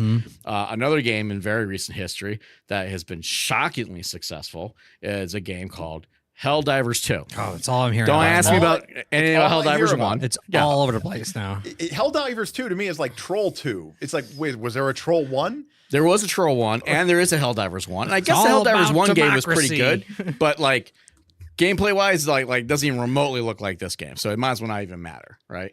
Helldivers 2 is a great game. It's kind of like when you look at old Fallout games to new Fallout games. It's or like MG1. Sure. You know? Yeah. Isn't Helldivers really just like Battlefield? So it's a game that doesn't introduce necessarily new concepts, but the way that they package those concepts and how they utilize both propaganda and the community has had a shocking effect with the people playing it. I mean, it is all over the place. It is right a now. co-op game where you are a super soldier of Super Earth called a Helldiver. And you go to planets to basically further democracy. Yep. We need some more democracy here. Right? And basically, the memes are great. it's what's that movie you really like? With with the bugs. Starship Troopers? Yes, It's a great movie. it's a great movie. I mean, it's also a nice scathing satirical critique of fascism. Which is what this game is too. Yeah, okay. Because the funny thing is if you actually pay attention to the plot and what's going on, have you played Helldivers No, too? no. Okay. I just know the memes. Well, the memes are fantastic. And there's a lot of people who are like, yeah, we go to these bug worlds and some of the missions like stop the transmissions. Well, like they tell you in the game, like no one knows how the bugs get from world to world. And when you fight them, they're just fucking bugs. Like there's a lot of them. They have a hive mind, but they're fucking insects. So why the hell is an insect sending a transmission from a human station? Oh, maybe someone else put the bugs there. Who could that have been, right? And so there's this whole underlying plot. You know, I'm using plot as in plot, not as in video game plot for your distinction, because the game is you're on your spaceship. You choose which planet that you want to invade. It's a shared invasion. So like if you take 2 weeks off and come back, the invasion has changed based on how the community did or didn't do in it. So some planets may now be liberated. Some planets may now be captured, right? And so an MMO? Kinda, but like when you play the game, you go in a match, you can do it solo, or you can do it up to a squad of 4, and you have mission objectives, and there's some emergent ones that pop up, like on your way to, stop a base or whatever. You might get hey, we found a nuclear silo. We want that nuke. Go get it. Wait. People in chat are saying it has a human GM? Yeah, so this recently came out. There is a GM figure that the CEO mentioned who basically... So it's an AI, obviously. No, it's a person. He had a name. I forgot what it was. Oh, okay. I think it's Jake or something. And like basically when people do something really well or overlord. don't do... Yeah, they're an overlord. He says right? Joel. Like they basically set up the next part of the invasion, right? Oh, the robots, they're gonna come in with, I don't know, nukes and blow up this planet or whatever, right? So like, yeah, it's an overlord reading clocks, which in this case is conquest. So what I'm hearing again is that this is just yet another attempt for video games to scratch the even barest surface of what a TTRPG does. People are like, it's okay. That's one interpretation. Another interpretation is it's a fun game that people are playing and shooting, and it's got a management team. That's basically what it's doing. But correct. But please continue with your point. But the revolution is like there's this game, right? But there's a person who's like behind this. You might say they're behind the screen, and they're running the game, and they're like making things happen based off of the things that we do in the game. It's completely revolutionary. It's like, wait, no, isn't that what D&D is? Well, I don't know who's saying it's revolutionary. I mean, people are saying it's like the greatest game ever. Well yeah, but that's your chat. The chat may have a limited world experience on what's revolutionary or it's not. hot No right disrespect, now. guys. I mean, I'm not even saying the fact that I know what the name of this game is suggests that it is some degree of popularity. Ella Delia says in the chat, not gonna work here. people do some hilarious role playing, goofy ways, voice chat in Helldivers 2, and that's a lot what I've been seeing is those like super people really get into the whole like propaganda. Yeah, he's like, I got 5 kids at home, I got a family to feed. Let's go get some democracy, and then they shoot down, and then they're like, save me, and they like really get into it, just like they did in like old Battlefields. What's funny is like fun to watch. I don't know if role playing is the right word. They're doing something. Role playing is the. Sorry, it's hilarious. I'm not saying you're wrong. Role playing is definitely the right term, but role playing comes with this additional level of cringe of like people trying to be in character, and that's not what's happening here. No, this is organic. This is people just buying into the game. Yeah, it's interesting. Like they think Super Earth is fun. It's like people who quote great. Starship Troopers like unironically. I mean, as usual, Alia says is right. The difference is that D&D takes effort. It also doesn't have a sick graphics engine. Well, yeah. Well, again, like I think like even in the context of this GM, like I mean, Derek's being cute, but there's a grave difference between a person who's managing a game with 4 players in a very intimate combat and a dude responsible for like the overall war movements of 2 races, Sure. and I don't know, 200,000 concurrent if players. You remember back in the day, the very earliest MMOs and MUDs. That's what GMs were for. That's why they were called GMs. There was a GM role, Yeah. where they would actually basically, because the game wasn't sophisticated enough, Right. to really be able to do stuff, anything Live events for GMs doing stuff. Right. When something would happen, it's because there was literally someone controlling Right. whatever needed to be happening behind the scenes to make it look like it was happening, Which was for awesome. real. That was really cool. But I thought it was great too. But Yeah. of course, once you started getting multi-thousand servers, with multiple thousands of people Yeah, on you each can't do server, that. you can't do that anymore. Well, then you know? got people complaining that they missed the event. Absolutely, and we know that happened in Northern Reaches All the Yes. time. all the time. All the time. FOMO People, happens. people Right. miss the event and they go, "Well, that's not fair." Right. And so now the world event has to become some big dragon that's on a 48-hour or 7-day world respawn 45-minute timer. Right.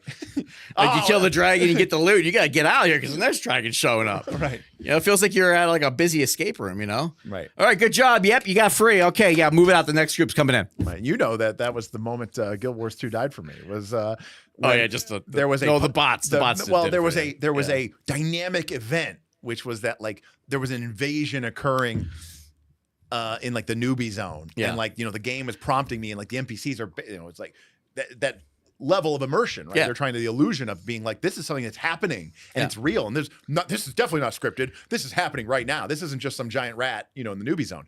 And they're like, oh, you got to go to the beaches. And so I run over to the beaches and I see there's all these characters sitting there at the ramps down to the beach, sort of like a very Normandy-esque opinion. And I'm thinking, oh, this is so cool. Like, this is actually happening, and all these people are here to stop it. And then I realized that all of them were just bots, and they were all just programmed to just keep shooting down the ramp because this event is on a timer and just constantly repeats. And I was like, oh, nothing is real. Okay, cool, got it. And I was like, nothing is real anyway. And I was like, and deleted. You think that's air you're breathing? Yeah, you think that's air? Right, everything becomes the Matrix. I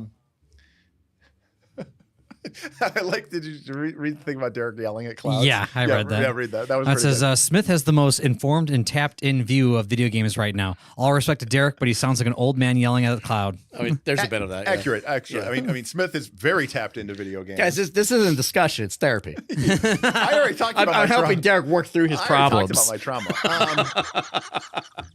But Pumpkin says, I'll see you guys later. It would be embarrassing if I was late to my date because I was watching this. Pumpkin, if she's worth it, she'd understand. That's right. And is she Gail? Or is she What's the vampire's name? fuck, I can't remember. Oh yeah. What is his name? Oh, from BG3. Gail's the druid from BG3 who wants to sleep with you, and then I forget what The vampire vampire's also wants name. to sleep with her. I know. But you're also like food. Well, man. I believe He sucked my blood once, and he was all into me after my that. understanding- Your blood tastes fucking good. My He was really understanding into me. is that everyone wants to. So, sleep with to be you. fair, Asteron. there was a bug in BG3 that they did patch. It was like one of the first patches. Because the developers did look at the game and were like, oh, we did screw up everyone's erotic settings. They were way too high. The number needed to be inverted. Like, how can I okay? Imagine Sure. wait. Imagine if I created a TTRPG in the D&D vein, right? And I had it's like, oh, that's your strength, your dex, So your, not Monster your Hearts. erotic score, right? Not Monster Hearts. Right. If this was Monster Hearts Gate 3, Right. totally acceptable, Right. Because Or Apocalypse World, where I Right. think you have a stat. It's called Sex Move. Or, No, it's just a stat called. You just have a move called Sex Move. Yeah. but there was some Well, no, attribute, your like- stats are hot, that was cool, Yeah. So, anyways, imagine playing like I'm going to create the new Shadow Dark, okay? Except instead of it's like 5e. So instead of real-time torches, you have Instead of real-time dating torches, sim. I have real-time erections, and like it's I add an erotic score, and I'm like, and they're like, well, that monster's CR3, but its erotic rating is 9. So even though you can beat it in combat, it will peg you first. So here's a TMI story for you guys. My wife can always tell the quality of the campaign that I'm either in or running based on how hard she gets fucked after the session. Oh gosh. So, Well, there you go. I'm going to say, guys, something we should work on. The past year, she's not been getting dick down on Fridays that often. Well, to be fair, 50% of our Fridays are not a session, so That's I don't. true. There might be other problems. But going on there. back to what you're talking about, the erotic score, that's really I know you watch Viva La Dirt League every once in a while. I don't know if you know their YouTube channel. They do like the skits No, all I the don't time. watch it. Oh my gosh, they're fantastic. They do a skit where the guy they're basically playing a D&D type thing, and the girl's saying, "Oh, I balanced my character out. Like, what did you do? And he put all of his stats into charisma. So it's actually, but it's custom. So it's 0, 0, 0, all maxed out 0. And so they can't get past this one thing. And he just starts making out with the shopkeeper and he gets the thing. And then he goes to the next thing. He's making out with the enemy and they're able to pass. And she goes, like, I don't understand. Like, we're supposed to do it this way. He goes, look, we have different ideas of how to beat the game. I have my way and you have your way. And his way is charismaing his way through all the encounters. Right. Which, of course, nowadays means like we just bang. Yeah, that's what I'm saying. It was kind of weird, but I was like, it's kind of accurate in some of these games. I mean, maybe this is like a meta. This is like a meta nerd conversation to be had. Meta nerd conversation. Like, don't get me wrong, right? Like, there's always been this sort of. I mean, listen. There's always been sort of a generic human preoccupation with sex. But there was always this idea of, right, the horny, lonely, desperate nerd. Mm-hmm. But again, growing up, I never really saw that much, except as like really our style. It wasn't our style, but even then it was part of like a, like you made fun of those people because they were weird and now, but like we still make fun of those people because they're weird. But now, like we've talked before on this channel about like Scanlan the Bard, right, and the horny bard, and like everyone in 5e is like the classic horny bard archetype, or the classic horny tiefling archetype, and I'm like, when did these become such classic archetypes? I didn't realize all tieflings are horny now. They are now as well.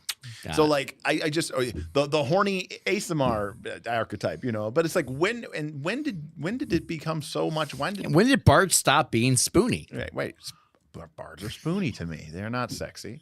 But at some They're point, supposed to be able to cast vomit and tendrils. Vomit. They need to vomit up. God damn it, spiders. And, oh my god! That is clearly Bard's in the domain of bard.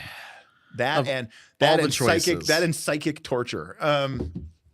But at some point, like, I don't know what games that all is. became like hyper focused on sex. And again, the games I've played, that's never been the case. And then because I don't really play I haven't played the Final Fantasies. The reason why Diablos, this is particularly triggering for me recently is all of the, again, fuck you, YouTube. All the recommendations I'm getting about this new Final Fantasy VII Rebirth game, and the videos that I'm seeing from it, and it's just like, look, yes, Final Fantasy VII had the thing at the Golden Saucer. Sure, yeah. Do you go on the date with Tifa? Do you go on the date with Aerith? Or do you end up with Red 13 or Barret? Barret. Yeah. But it was like this one brief moment in the game. It didn't really make any difference. But like, and then it was in the, that was a big deal to people, though. Okay. Right. So much so that there's now an entire subsystem throughout the entire game of like, which person do you end up with? And it's like it's injected into multiple parts throughout the story. Again, there are people who are like, I sped run Max Eris in which, spoiler alert, like, aren't we getting up to the point where I don't know. I mean, they might get rid of that. I don't know. People would lose their fucking shit. Maybe they would. Runic Edge says, have we fundamentally misunderstood the charisma stat? No, it's the devs who are wrong. No, charisma is not the same thing as sexual physical attractiveness at all. That's what looks are for. If you're playing the greatest game ever created by mankind. Right. If you're playing Hackmaster, then that has a score called looks. Right. Or if you're playing various versions of AD&D, it was called comeliness. Yes. Or not. And someone did. Pepper said that earlier. What's that? He said, "Yeah, comeliness." Yeah. Again, not saying that stuff can't exist, but it's very strange to me. Yeah, I don't know. And again, in BG3, they kind of just really beat you over the head with it. And I'm kind of like, I was just kind of wanting to play with my brother and kill monsters and see where the story goes. And it actually, again, the story is fun and it is so ever changing. The things you do really do affect everything, which is kind of cool. And you get to hang out with some people while doing it. And it is sort of like D&D, which I do enjoy. So that is kind of fun, but they beat you over the head with some of their stuff that I don't need in my game, but I'm just me. So let's do another meta concept. Mm-hmm. It's also very interesting to me, and you guys can correct me here because again, I don't know anything. Where so much of the RPG space now, and it started off in the indie, but then it moved to the mainstream, is all about things like lines and veils and X cards and what do we skip? What do we fade to black on? Right? I'm okay if characters have sex, but I don't want to see it. Can we fade to black? Yeah. BG3 seems to be very much basically saying, yeah, fuck all that. It's a video game. I mean, there's a lot of configuration options. You don't have to. I mean, the guy sucked my blood and was interested in me, and I just kind of shoot him away, and it hasn't really come since. Yeah, but even the fact that it's a thing. I get it. I mean, I guess the only thing you could do is like put it at the beginning. Are you going to be interested in this? No? Okay, we won't give you those options then. I guess you could do that. They really sort of bash you over the head with it, but... Yeah, it's just I always found it kind of interesting, like, and I guess this is more critique on American society than anything, just how like prudish, bless you, we can be as a society, but at the same time, like, get into some gory combat and it's like no big. Oh yeah, that's fair. Oh, listen. I mean, we've. This is way off topic now. But. It's very off topic, but I mean, we've had people, and again, I'm not. That is fine. You're totally free to have your thoughts. But we've had people on the Patreon who have been like very disturbed with the idea of an RPG. Oh yeah, that has like a seduce. Yeah, move, Monster Hearts messes with people. That I could seduce you. Mm-hmm. I can murder you. That doesn't bother anybody. Yeah. But if the idea that I could make a game action and be like, I'm seducing your character and you're falling in love with me. You did an L5R to me. I definitely did that in L5R to you. I just was like, yep, that's what happened. Poor kid coming in with the Murray Head lyric. I get my kicks above the waistline, sunshine. It's a great song. You know that song, Nope. Tom? Jess? One Night in Bangkok? I know the song. One night in Bangkok and the world's your oyster. Yeah, I know that. The bars are temples, but their pearls ain't free. All right, anyways. Sorry. I did want naughty bits in my group RPG game. I'm fine with it within solo confines. I don't want naughty bits in my. I'm fine with it in my solo confines. Yeah, I mean, we kind of always just glossed over it. We sure. We didn't pretend it didn't happen in our games. Like if some player wants to go bang a prostitute or bar wench, whatever. Okay, yeah, ha ha ha. Okay, right. And then back to the game. Yeah, we did that with AV when Tim's character had to bang the ghost. We just kind of like, yeah, you bang the ghost and.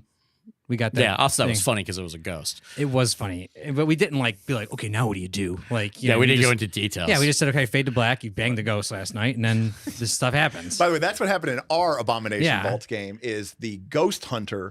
Used their was ghost. That him? It wasn't me. It was Tim's character that did it. There was some use of like ghost touch. Wasn't he like a halfling druid or a gnome or something? No, the idea was that the ghost wanted Volek and was pining for him, right. And then they said the only solution for her to get over Volek. Yeah, she just wanted dick. Well, that was what we assumed it was. Well, it's because he rolled real high, right? And he rolled really high, and so the idea was like, I have the solution. The new lay can replace the obsession with the old lay. How is he going to have sex with the ghost though, unless he has ghost touch on his penis? Right. Yeah, it got a little weird. But we faded to black. We figured it out. But we faded to black. That's I don't think we got into the nitty gritty. But we got gritty enough. But I think it's important to note that obviously this was our private, personal game, but also it was done for kind of laughs.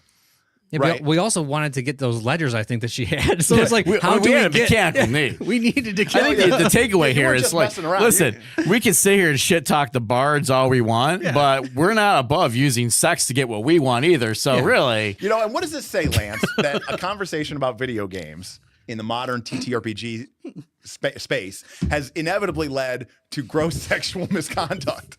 Like what happened to just You're just playing the wrong video games. I'm telling you. Well, he's not playing any video games. No, but you don't think BG3 is going to become the template for future studio success? 100%. That game is number one, right? Number one. Like right now, Helldivers is. So you're way further along than I am in BG3 because, and I'm not that far compared to half our. Sure. Well, ironically, I have the same problems in BG that I have like in real life, which is like. I had like 5 different independent groups who all want to start up a game. That's how we're playing. And now all of a sudden everyone's schedule's fucked. So that's what's interesting about. So that's the benefit of video games. Then sorta, except not here. Fair, but I know that like getting my brother and the 3 other people that I want to play a role playing game with are very difficult to do.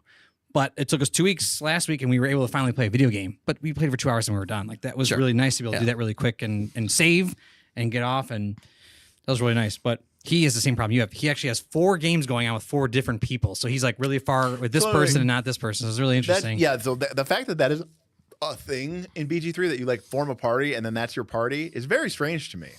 Well, because it's like a true co-op role playing game. I mean, I could jump into his thing, but then I'll be a random person like that. I mean, I can make a character, but it's just not the same. Most people want to make their own character. Plus, he's like, I've experienced 4 different games. Like these are all different. And that's the nice thing about that. If you're going to do it, that's a great game to do. Yeah. My natural assumption is just to assume it would play out like Diablo or like even an MMO to a certain extent. Nope. So, but I mean, it is still quote unquote the game. It is the game. It's pretty sweet. So, but yeah, anyways, I haven't gotten very far, so I had a question like how much sex, I guess, did they throw at you? Because, for me, I was like, yeah, whatever, I don't care. But like, I'm here to like, explore Faerun, Mm-hmm. I mean, it's not like it's... You leave Baldur's Gate, start going east, see if you can make it to Cormyr. The problem is, it's not the problem, I guess. But when you're playing the game and exploring and like looting and killing the monsters, like you're playing Dungeons and Dragons. Yeah. Then they have the cutscenes every time you go to sleep. So it's the camp scenes. Yeah. And then they're like, everyone wants to fuck at camp. Yeah, I really want you back on my squad, and I want your blood. And our guy wants one night with you before he might die. And I'm like, look, I just want to go to sleep because the long rest lets me get all my stuff back, and then I'm gonna go back and go kill some things again. Right. But that's how I'm playing it. So I'm trying to play it like, well, I guess I play D&D. Sure. I just want you say I'm out of spells? I need long rest so I can get my spells back. Yeah, but again, and it's absolutely the case that I'm, not as familiar with games that are being produced these days, but I just feel like the mainstream games, sure, by and large, have just really passed me by. They don't interest me. Well, yeah, I don't play enough games. And I feel I should point out too that as a whole, the mainstream games are not doing well. So I think a lot of people actually are dissatisfied with the market. I think indie games have been very popular. Indie games have been getting super popular. Like my brother he'll buy like 4 or 5 of these indie games and play them a ton, and then like buy BG3. Like that's what he's not playing every big name thing. Yeah, this is kind of where we got off topic, right? Because I was mentioning BG3, Helldivers 2, you guys have heard of. Another one you guys probably heard of, Pal World. No. Pal World, the Pokemon one. The Pokemon of guns. Yeah. I heard about that. That game is fucking just crushing it. Yeah. I mean, when I say crushing it, like these games are breaking records. Yeah. Right? And they're all coming from small studios. Sometimes like a studio of like less than 10 people, right? Like, and there's a bunch of other ones out there. I don't understand how that game is even still around. Because I think like literally they're like direct ripoffs. Yeah, but like Nintendo can't like sue them because it would set up precedents because Nintendo actually stole Pokemon from someone else. It was a whole thing. Like, Boothy's playing Pal World right now. Yeah, and is kind of over. Oh, okay. Well, that's actually an interesting question. Because we talk about these flagship games. Mm-hmm. We talk about the D&Ds, right, in TTRPG space. You've been playing Skyrim for the better part of a decade. Came out, obviously 2011. Over a decade, right? And I know that one of the things that you have had a sort of problem with these last couple of years has been in the TTRPG space that will play a game, and after 5 or 10 sessions, we're over. We're done. And we're on to the next game. Do you think these indie games that are so popular are popular? Are they going to be, people are going to be playing that same indie game for 10 years? Depends on the game. Power World? Nah, I don't think so. Like, do people still play the game, what's it called? Fort Royale? Fortnite. They do. Oh, yeah. They do. Yeah, it's huge. Like that and like Minecraft, people still playing the crap out of Minecraft. But Minecraft makes total sense to me because Minecraft, I enjoyed Minecraft. Mm-hmm. I played that on double hard mode as well. Yeah. One creeper blew up part of his base. That was it. I mean, it wasn't my base. It was a substantial part of his irrigation system. There was a substantial amount of redstone circuitry that I had built into that base. Okay. But Minecraft makes sense to me because that game is just, that's the kind of game I like, where it's just like, there's literally nothing to do. Just go do whatever you want to go do. And that I appreciate. Yeah. Yeah. I mean, I think sandbox games like that will last a very long time. Power Word has an aspect of it, but there's things that like limit it, I think, in that capacity. Things that like, at first you might go, oh, this is Minecraft with Pokemon. But, for example, they use the same map with every game, which means that like if you've explored an area, then you know where shit is in that area, right? Now they'll expand on it, I'm sure, in time, but like that's a big difference in like Minecraft, for example. Well, the reason I ask is because, with TTRPGs, we talk about Dragonbane like this, like everyone's really excited and they're playing it because it's the hot new indie darling. Are people going to be playing Dragonbane 2 years from now? Probably not. There's going to be something else out that's hot. Not the level they play it today. And I think that's true. Now with that hot Daggerheart out. Right. And then is that going to get, you know what I mean? Like, I assume everything gets replaced over But time. here's the thing. In video games, I think there's a certain amount of that's okay. It's solo. You can just do whatever. You install it. There's minimal thing. It's designed to be approachable. TTRPGs, that is not an easy thing to do. That can cause a lot of problems. Not just with people like you who are like, I just want to fucking play the same game. Sure. But people, well, old Bob, who was like, I can't buy a game. Well, like I can own one TTRPG ever. I got two today. Well, the other thing that's weird about video games too is the content creators, like with like Fortnite and stuff like that. If you are like a handful of good content creators, people will just go and watch them play, and it's more visually appealing than saying watching someone play an AP. Now, Critical Role obviously still crushes Critical Role it. obviously is the exception to the rule, but most people are not, and so those games might be like, well, I really like to play Dragon Blade once a week with my group. But are they like thirsting to like watch other people play it? Because the people that are playing video games, they'll play it and then they watch everyone else play it. Right. And they watch them like, well, to be clear, Dr. Disrespect play all this stuff. I'll put on my old man hat here. I have never really watched Twitch because watching somebody. We could tell because this is a YouTube stream. Okay. Yeah. And most people are like, who the fuck streams on YouTube? Knights of Last Call. Because and yes, it's unironic. This isn't playing a video game is already questionable. Use of your time, right? In terms of its productivity. But at least you're playing it and getting the fun. Watching someone else. Look, we have actual plays. I don't watch actual plays. Watching somebody else play the game. Now, you might say though, I can't play D&D. I don't have a group together. It's too hard. It's, my schedule. I've got a new baby. There's no way I could play. Okay, but you can play fucking video games. So why are you watching somebody else play the video game? It's entertaining. What? Tell me. Okay. Sometimes it's the person. Sometimes it's like the guy. The Dr. Disrespect is hilarious, and he's got his group of buddies he's playing with. Those guys are entertaining to watch. Critical Role is entertaining to watch. So you would watch him do a 45-minute comedy set. I don't know if that's, but I'd watch him be disrespectful to people on the platform in other types of games because it's funny or whatever. Like, I'm just saying, if you would watch Derek play a video game on Twitch, say I would watch in chat or tip, better yet, right? Just let Derek know if you're out there, if you would watch him play video games. Yeah, people would do it. That would be miserable for all I'm of us. telling you, I've watched a ton of people play video games, especially if there's a game I'm interested in. Endlessly. I'm telling you, it's fun. Like I used to watch a guy do. I used to do Clash Royale. I watched the guys play all the time on Clash Royale. Their strategies, how they played. Because didn't you watch Magic stuff? So Magic's a great point. Okay, actually, it's a really great point because the problem that Magic always had was that they would show Magic as a way of promoting it. Right? They would record it in tournaments. Everybody watching those tournaments, myself included, were watching to pick up like hot new tech for our decks, or to like learn and like from the pros and like be like, which card would he? In my situation, I would have played the 2/2, but he chose to play the 1/3. Why? Like, why would he make that decision? There's a degree of daft people who watch video games. Maybe there's some people watching Twitch to like pick up tips from the pros, but by and large, I feel like that's not the case. We got like 6 people that would watch you. Okay, well that's 6. But I didn't get 0. I got 0 no's. Okay, well that's true. I saw a nope early up. Oh, really? All right. 2 high-level competitive players are fun to watch. I mean, like I could, if there's a legitimately high-level competitive scene, like I could watch. But see, that's like I like the entertaining. But that's where it also becomes more like sports. Let me give you an example. I don't really watch it anymore. I'm pretty out of the scene. I've been out of the scene for a long time.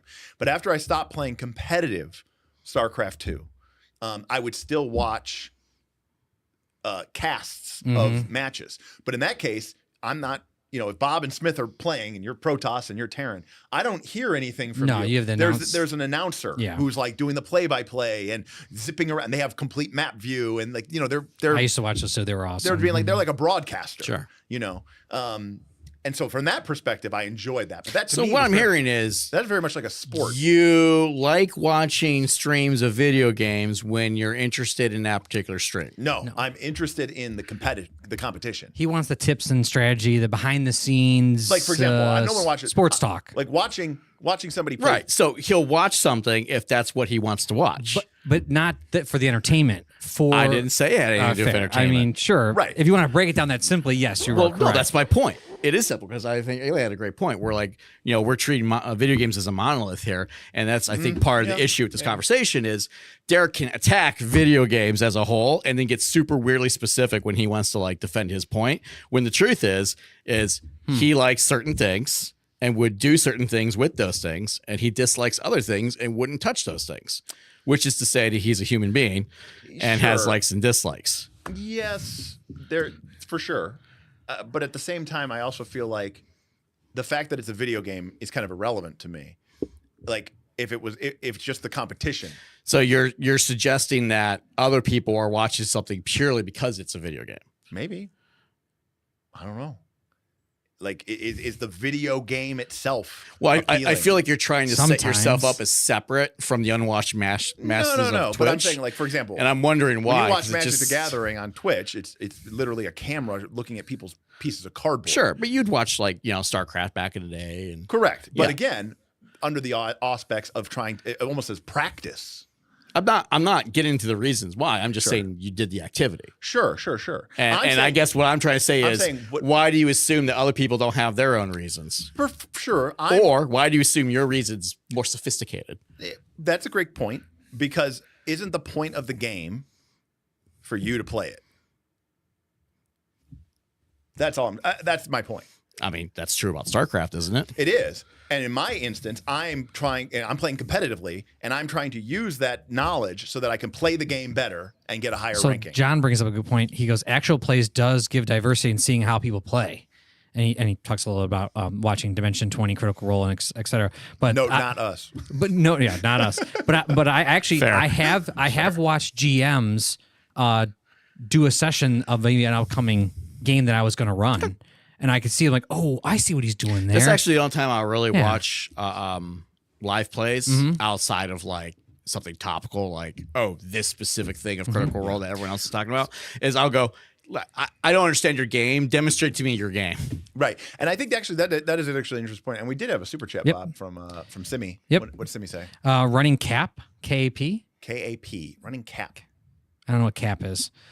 My players reference Crusaders Kings as well as Mount and Blade Bannerlord. RP'd a very intense death scene this weekend. One of my PC's wives died in childbirth. Pendragon. I choked up unexpectedly. So he got really into his game. Right. Well, I mean, that's fantastic. I mean, that's why you would play a game like King Arthur Pendragon. I mean, King Arthur Pendragon is very similar in my way of perspective, like at Legend of the Five Rings, except instead of being a Bushido simulator, it's a feudal knight simulator, feudal knight chivalry simulator. Yeah. So it's kind of the same basic idea, but you probably won't get demonetized because it's okay for me to try to sound like an English person, sure, and not okay for me to sound like a Japanese person. But there was something you said about the APs, which is actually kind of funny because a lot of people have told us that the only reason they really want to watch us run Root or Fabula Ultima is just because they want to see how to do it. And that makes me think then the way that I'm displaying it is actually terrible. Terrible.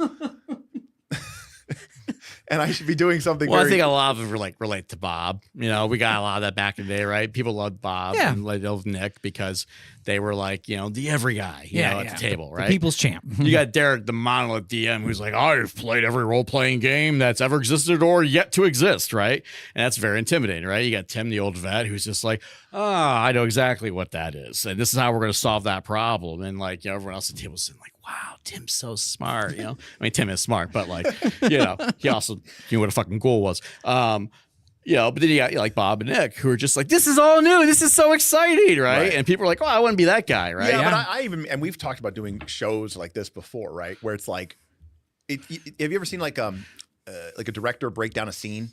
Oh yeah, I love that stuff. Where they like Denis Villeneuve did it. It's like annotation, except on television. He's just like he's watching the scene and stopping it, and instead of like MST3K, I'm just shitting on it. It's like him actually saying like, I love the line that I drew here, and it's drawing you in towards that thing, and it's taking you on the journey that the character is going on. I think I watched all of like the Peter Jackson ones of that, right? It was like, we forgot his sword was supposed to glow in this scene. Yeah, no excuse. Right. So direct to commentary. And so it's great. There's a part of me that feels like, we would almost be better served by being like, we're going to do like a fake actual play, but it's really just done as a framework so that we can like stop in the middle of it or like go back after the fact and be like, and here's, you know, like the sidebar, pause, you know, and like X's and O's, and you could be like, you could see where I made the partial hit here, and then I broke around the plot device and I attacked the clock directly.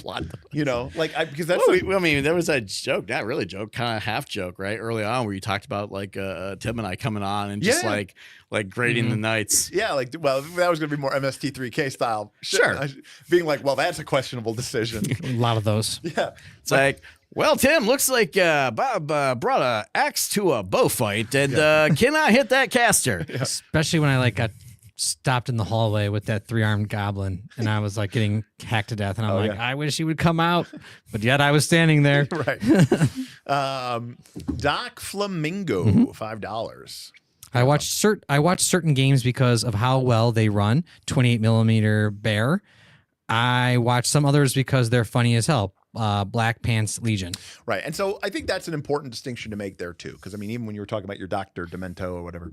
There's Dr. Disrespect. Yeah. Dr. I mean, at a certain point, you don't care what game he's playing. Yeah, I wouldn't. He's just goofy and ridiculous. And again, that's the opposite of it. Like, for example, there's definitely some people who like start their career playing a game and people like the game, and then the personality takes over. Right. Whereas, like, I will watch Kenji, okay, and I will watch LSV draft the current Magic set so that when I go draft, I can win.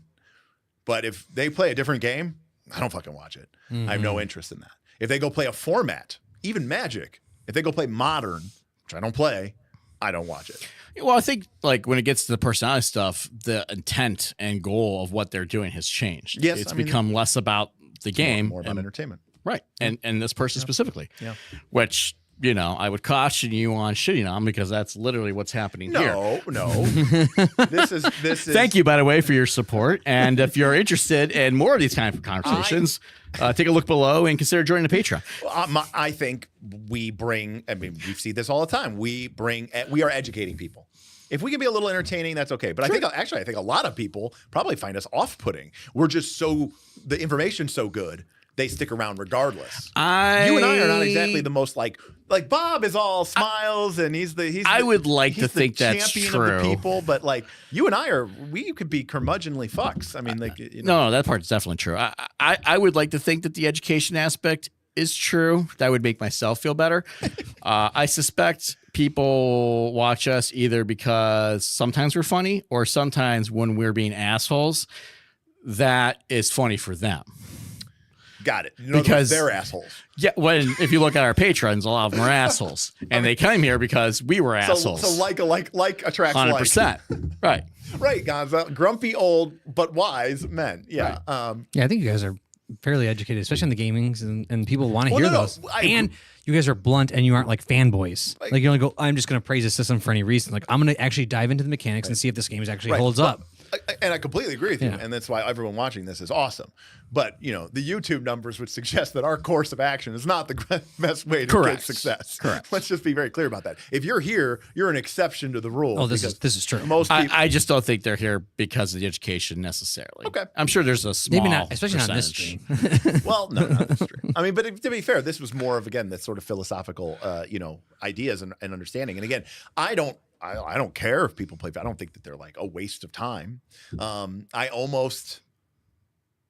I was really excited for Warhammer 3? Total War 3, which came out like 2 years ago. And I was really excited to buy it. I never did. And then it was on sale and I was going to buy it and play it. Then you didn't. I did not. Space Marine 2 is coming out soon. That's what I'm going to get.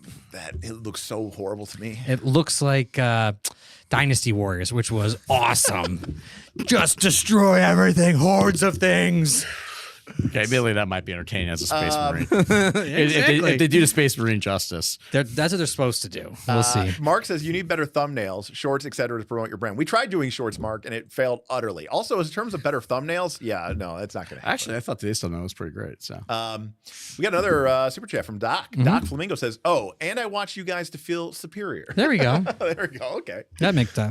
that checks out. But I think Alia's a lot of patrons have been through this, which is they joined because of Pathfinder 2 or something like that, and now they're part of an RPG community, and they like the camaraderie and they like the new insights and exposure to new games and stuff like that. So, Which is funny. But she did point out that trolling Derik is also fun. Trolling Derik, of course, is mandatory. Yeah, but it's funny you say all that because that very much parallels with the video game community. And I know you don't go to those channels very often, but the discussions are very similar. Just the game names are different. I'm in zero video game channels. Eladia says if the second category was Derik plays Total War, people will tip enough money. So Total War is one of my favorite game series of all time. I've played most of them, not all of them. But again, with the Warhammer Total War series, 1 and 2, have not played 3. Never played the campaign. Sure. No interest in that. Yeah. Instead, in fact, I wait until they have the sandbox mode. The sandbox mode, which is called the Mortal Empires or the Immortal Empires. I don't know what it's called in the third one, where basically it's just like, here's the old world. You have your faction, your dwarves. You start with 3 territories in the mountains of the World's Edge Mountains, and then the game just goes. What is Total War like Civilization? Total War is like Civilization, but you also have real-time fights and battles, but it's like with big units, blocks of infantry that are smashing through. I really like Civilization. That game was amazing. It's turn-based like Civilization until you get to the combat. But when you get to the combat, instead of it just being like you fight and that's over, it goes to a real battle 3D, and you're like, it's almost like an RTS. Actually, it's like an RTS, but like big scope. Big units. You're not controlling individual units. It's like and the object is to take over the realm. Well, in the campaign, there's the campaign, but in the Mortal Empires, the game is play until I guess you're done. Oh, I mean, because there's like no winning. I mean, I suppose maybe if you take over everyone. every single, because you could also like make treaties and truces with people. Like for me, I'll play, and you start off at a very disadvantaged position. Like I remember my last dwarf campaign. I started off pretty disadvantaged. I was at war with orcs and goblins or whatever like that, and then again. This is me, experiencing the simulation and getting a little bit of that RP element because of the fact that there is no plot. Right. And at one point, the Empire attacked me. And I didn't really want to fight the Empire, but I'm a dwarf, and that's like a vengeance, like a grudge thing. Sure. So I just beat them down until I felt like, the grudge had been satisfied. And then at some point, I expanded north or something like that. The Dark Elves started fucking with me. And I basically said, okay, I'm going to wipe them off the map. And so I did. And then when I did that, I was like, and I'm good with this game. Like I can put a bow on it. Like I'm done with this story. And like I just ended my game. I didn't beat it. I just played it until I achieved the conditions that I set out for myself. That's how I play Skyrim, by the way. Okay. So you just set you just play, and then stuff happens, and then you set an objective, and when you reach that point where you feel like I have completed this arc, you're over. It's like typically character specific. Okay. I can buy, and now I can buy that because the way you play Skyrim, especially the way you mod Skyrim, very sandboxy, complete sandbox. Yeah. So what's the Crusaders Kings 3? Because Alia is like, why aren't you playing it's like it? Civilization. Alia. Yeah. So why haven't you done? Why aren't you playing Crusaders Kings 3? Because it doesn't have monsters and magic. And I like monsters and magic. Now, you've played the other Total Wars. I have played the other Total Wars. But yeah, well, you really enjoyed the Rome one for a long time. Rome Total War. You've always liked Rome stuff. Rome Total War is amazing. Yeah. But I'll be honest with you, ever since the Warhammer came out, that was it. I haven't really played any other ones because Total War is a genre, and then they grab Total War is a game series, and then they grab IPs by basically. Creative Studios. Not even IPs, like most up until Warhammer, I think they. No, it was just parts of Rome, history. Oh, it was Rome, medieval. Yeah, they had a Shogun one. Shogun, Shogun. Napoleonic. Some says CK3 and the Game of Thrones mod is amazing. It feels like it could be in up your alley. It could be. I mean, it could be. Yeah, it's definitely close to the kind of stuff Derek likes. I'm not saying that. By the way, if CK3 is too complex, poor kid, like that's probably more up my aisle. But like, for me though, again, Total War just had. Look, I'm on unapologetically. I like me some monsters and magic. Oh, that's totally fine. I like fantasy. Like, yes, I could have a unit of spearmen. Or I could have a unit of dragon spearmen. And I'm like, yeah, that's fucking sweet. They're better because they have a dragon. Yeah, I mean, I think at the end of the day, it's not like Derek doesn't like video games. Derek likes fantasy sandbox games. That's true. Which is totally awesome and fine. Except, I would say fantasy sandbox simulation. I don't want to play in these games. Does that make any sense? Like I don't want your Skyrim. But you don't want to play Skyrim, You don't want to be in it. You still want that kind of view that you're talking about from the role playing experience, where you're like, above, I'm kind of above. looking down. I'm controlling the puppet master. Yeah, you don't want to look through the eyes. I don't want to look through the eyes. Yeah, because you know what happens down there. It scares you. It's too much. It's too much. But yeah, like for me, again, that's where the fun comes in. Which makes sense, right? Like you know, you're probably not big into like first person like dungeon crawlers, but you loved what was it called, Dungeon Keeper, where you played the bad guy. Oh, Dungeon Keeper, where you built a dungeon. Yeah, and then you like built a dungeon with all your monsters, and then adventurers would break into your dungeon to try to steal your loot, and it would. Depending on how well you built your traps and your monsters, you're not like actually controlling it. Right. You just like see. It's almost like a defend your base. Oh my gosh, there's a lit RPG like that. Oh my Jesus Christ, It's pretty good. anyway, Derek really enjoyed that game. Yeah, no, I did enjoy that game. But again, I like setting things up and then letting randomness interject new outcomes. Which is weird, you didn't like Final Fantasy 12. It was just too complicated. That's the problem. And as an example, like our buddy Larry, who I used to play Warhammer Tabletop with, he'd play Warhammer, but like I would basically in a sense play hardcore mode, where like I would play on a harder difficulty, or sometimes I would like make certain factions have a higher AI just so it's like there was a variety of challenge. And I would get into a situation where I realized from my save file, of which there's one, I cannot win. You know what I mean? Like I'm basically doomed. I might be able to survive for another 10, 20 turns. Sure, but we're just dragging it out. I'm just dragging it out. And I'll just go, well, all right, I guess I lose. And I'll just quit that game completely and just restart. Be like, they got me. Good beat. Good on him. But I'm very satisfied with that. Sure. Because that is just as compelling and interesting of a story to an me. end is an end. An end is an end, where the one where the wood elves got uppity and decided to invade Bretonia, and then they just got demolished by lances, and I'm just like, and then, I don't know what those wood elves were expecting, but wood elves are pretty sweet, and like and then got betrayed by the Skaven, who and then it was like, and that was the end of their story, and I'm okay with that. I kind of want to look into Total Warhammer 3 now. Oh, you'd probably like it. I think I would, because I used to there was an old game called like Shogun or something that had like a Japanese army and you moved it around. Well, there was Total War Shogun.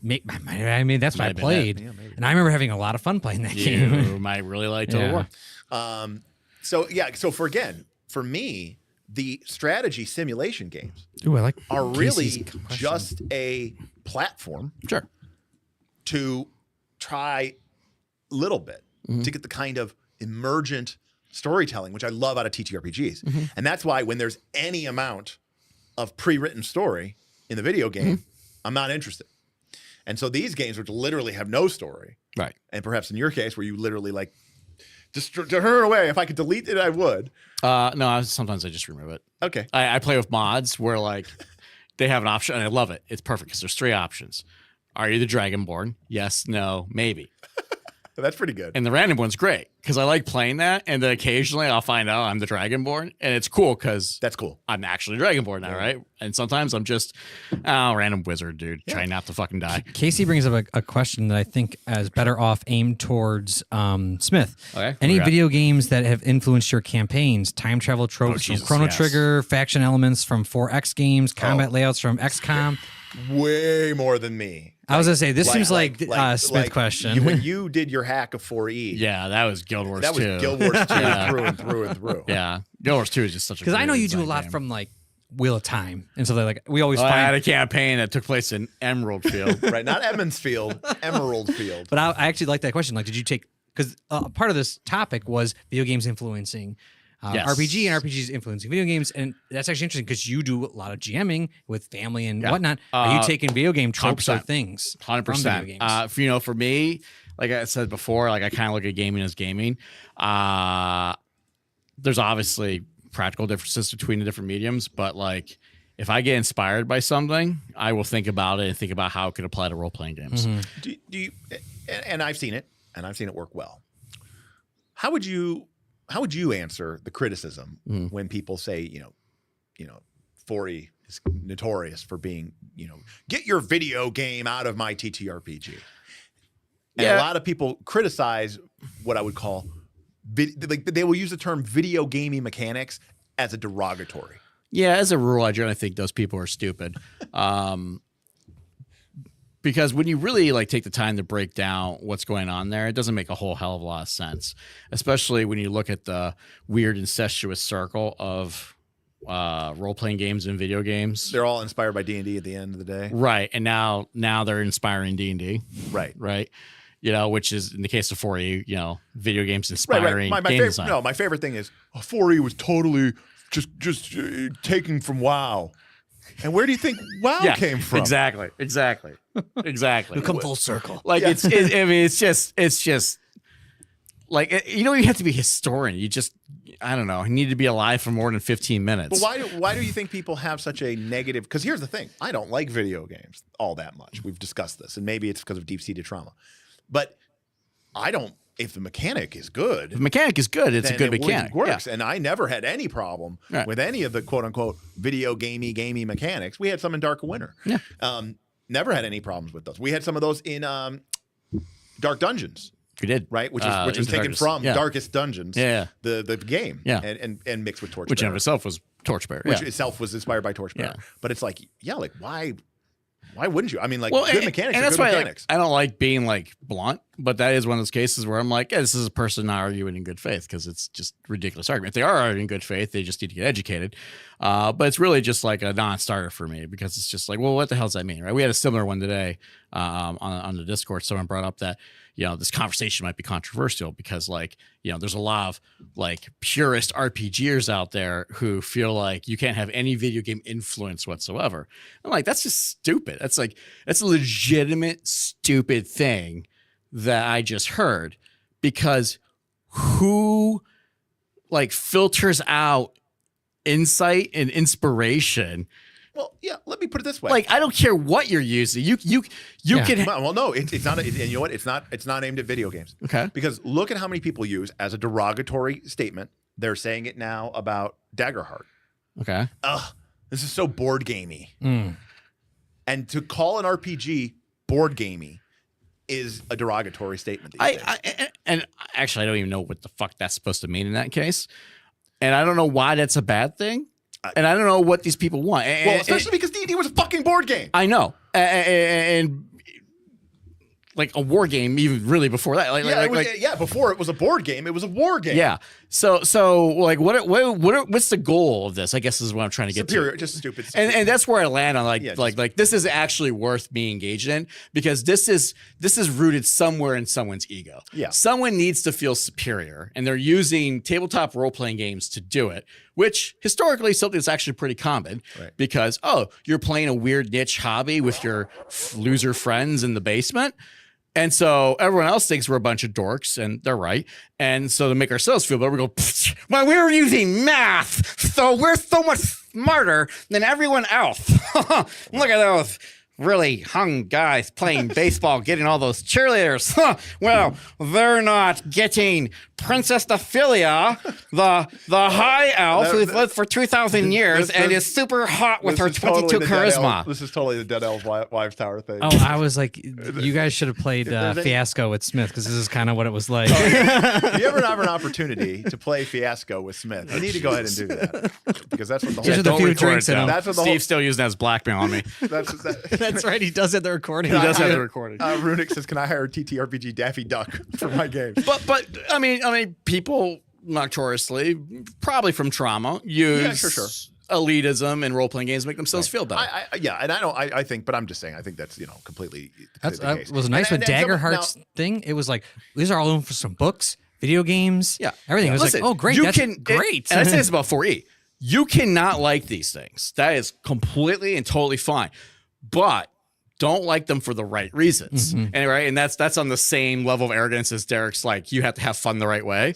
Right. I get that. But like Derek, no, I'm gonna hold my ground there. Like if you're gonna dislike something, dislike it for the right reason. Mm-hmm. Which can even be, I don't like it. That's fine. It's an opinion. I don't care. Okay, now we're getting way off topic. There is a distinct difference between acknowledging something as being your opinion. Oh, yeah, and 100%. thus is great point. worthless. Great point. Right? Like for example, if I met somebody and they played a bunch of RPGs, mm-hmm. and they had a lot of experience with RPGs, and they've clearly been around, and they played 4th edition, and they played it for a number of sessions, and they came back and said, my opinion is I don't like this game, and here's why. Okay, that is an opinion, but it is one that is beginning to become an expert opinion because this person knows what they're talking about. If someone says 4th edition sucks, have you ever played it? No.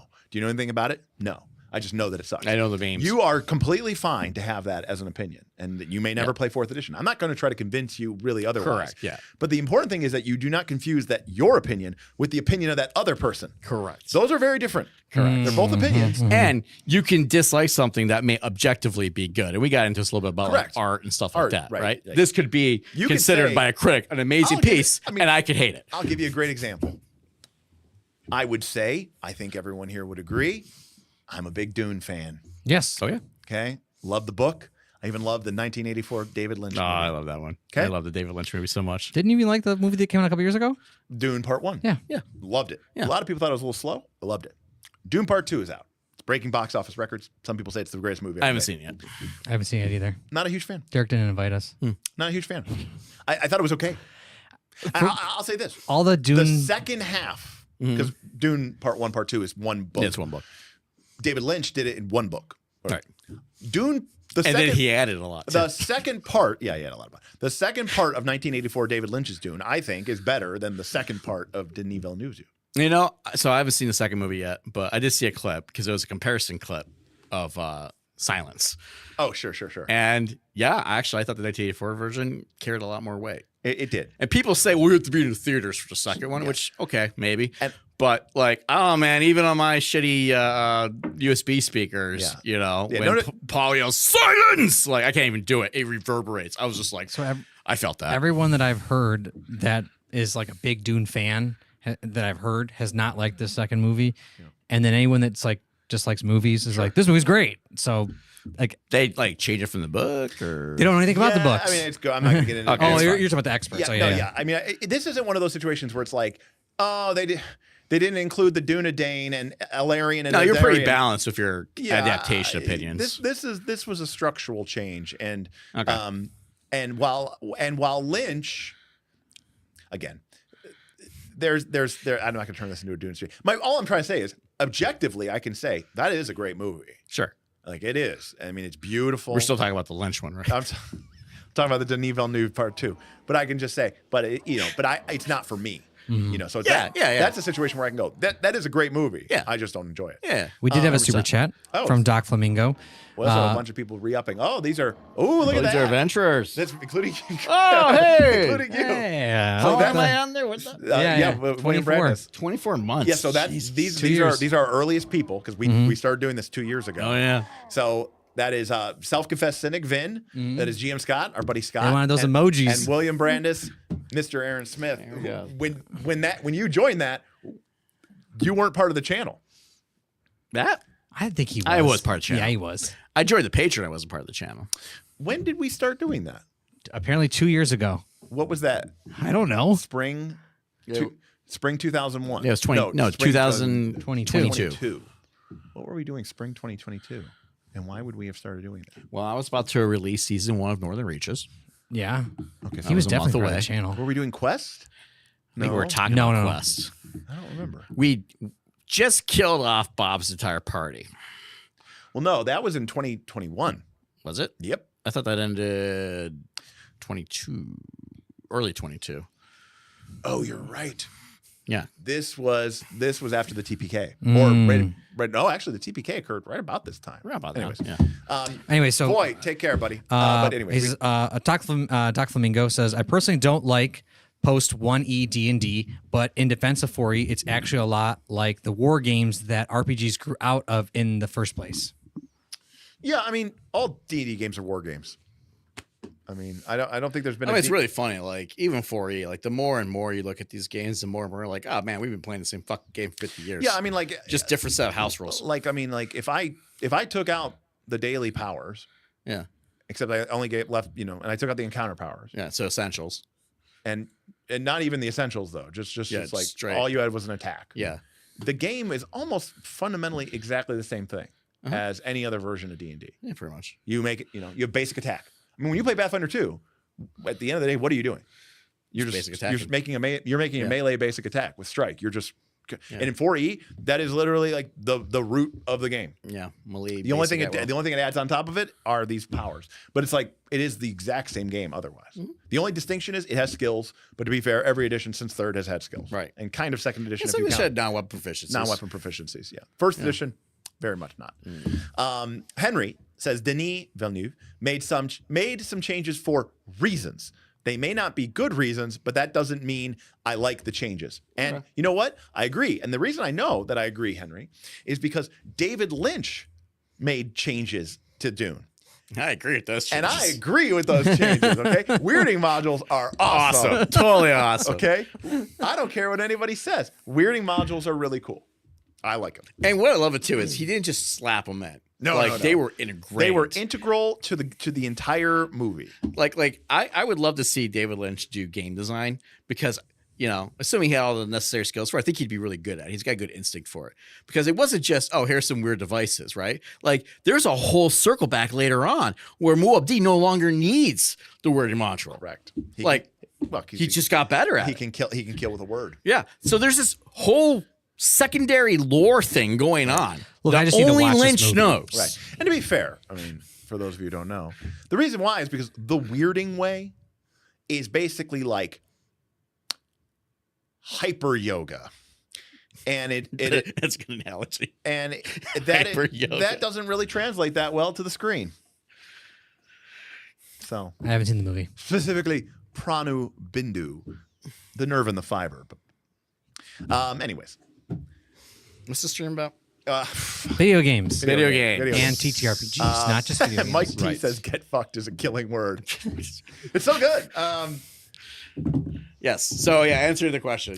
Yes. That's funny Games because have again, influenced. that is not, does role-playing not games. show up on the YouTube. Yeah, our YouTube. So we see what you said, Mike, but YouTube because we YouTube see we censors see it. the direct thing, but YouTube must censor it immediately without Yep. us having anything to do it. Poor kid. Poor kid says, I still love and use the old morale rules. We're talking about that before the stream today. Before the stream started, we were talking about reaction rolls and morale rolls. They're good. Yeah.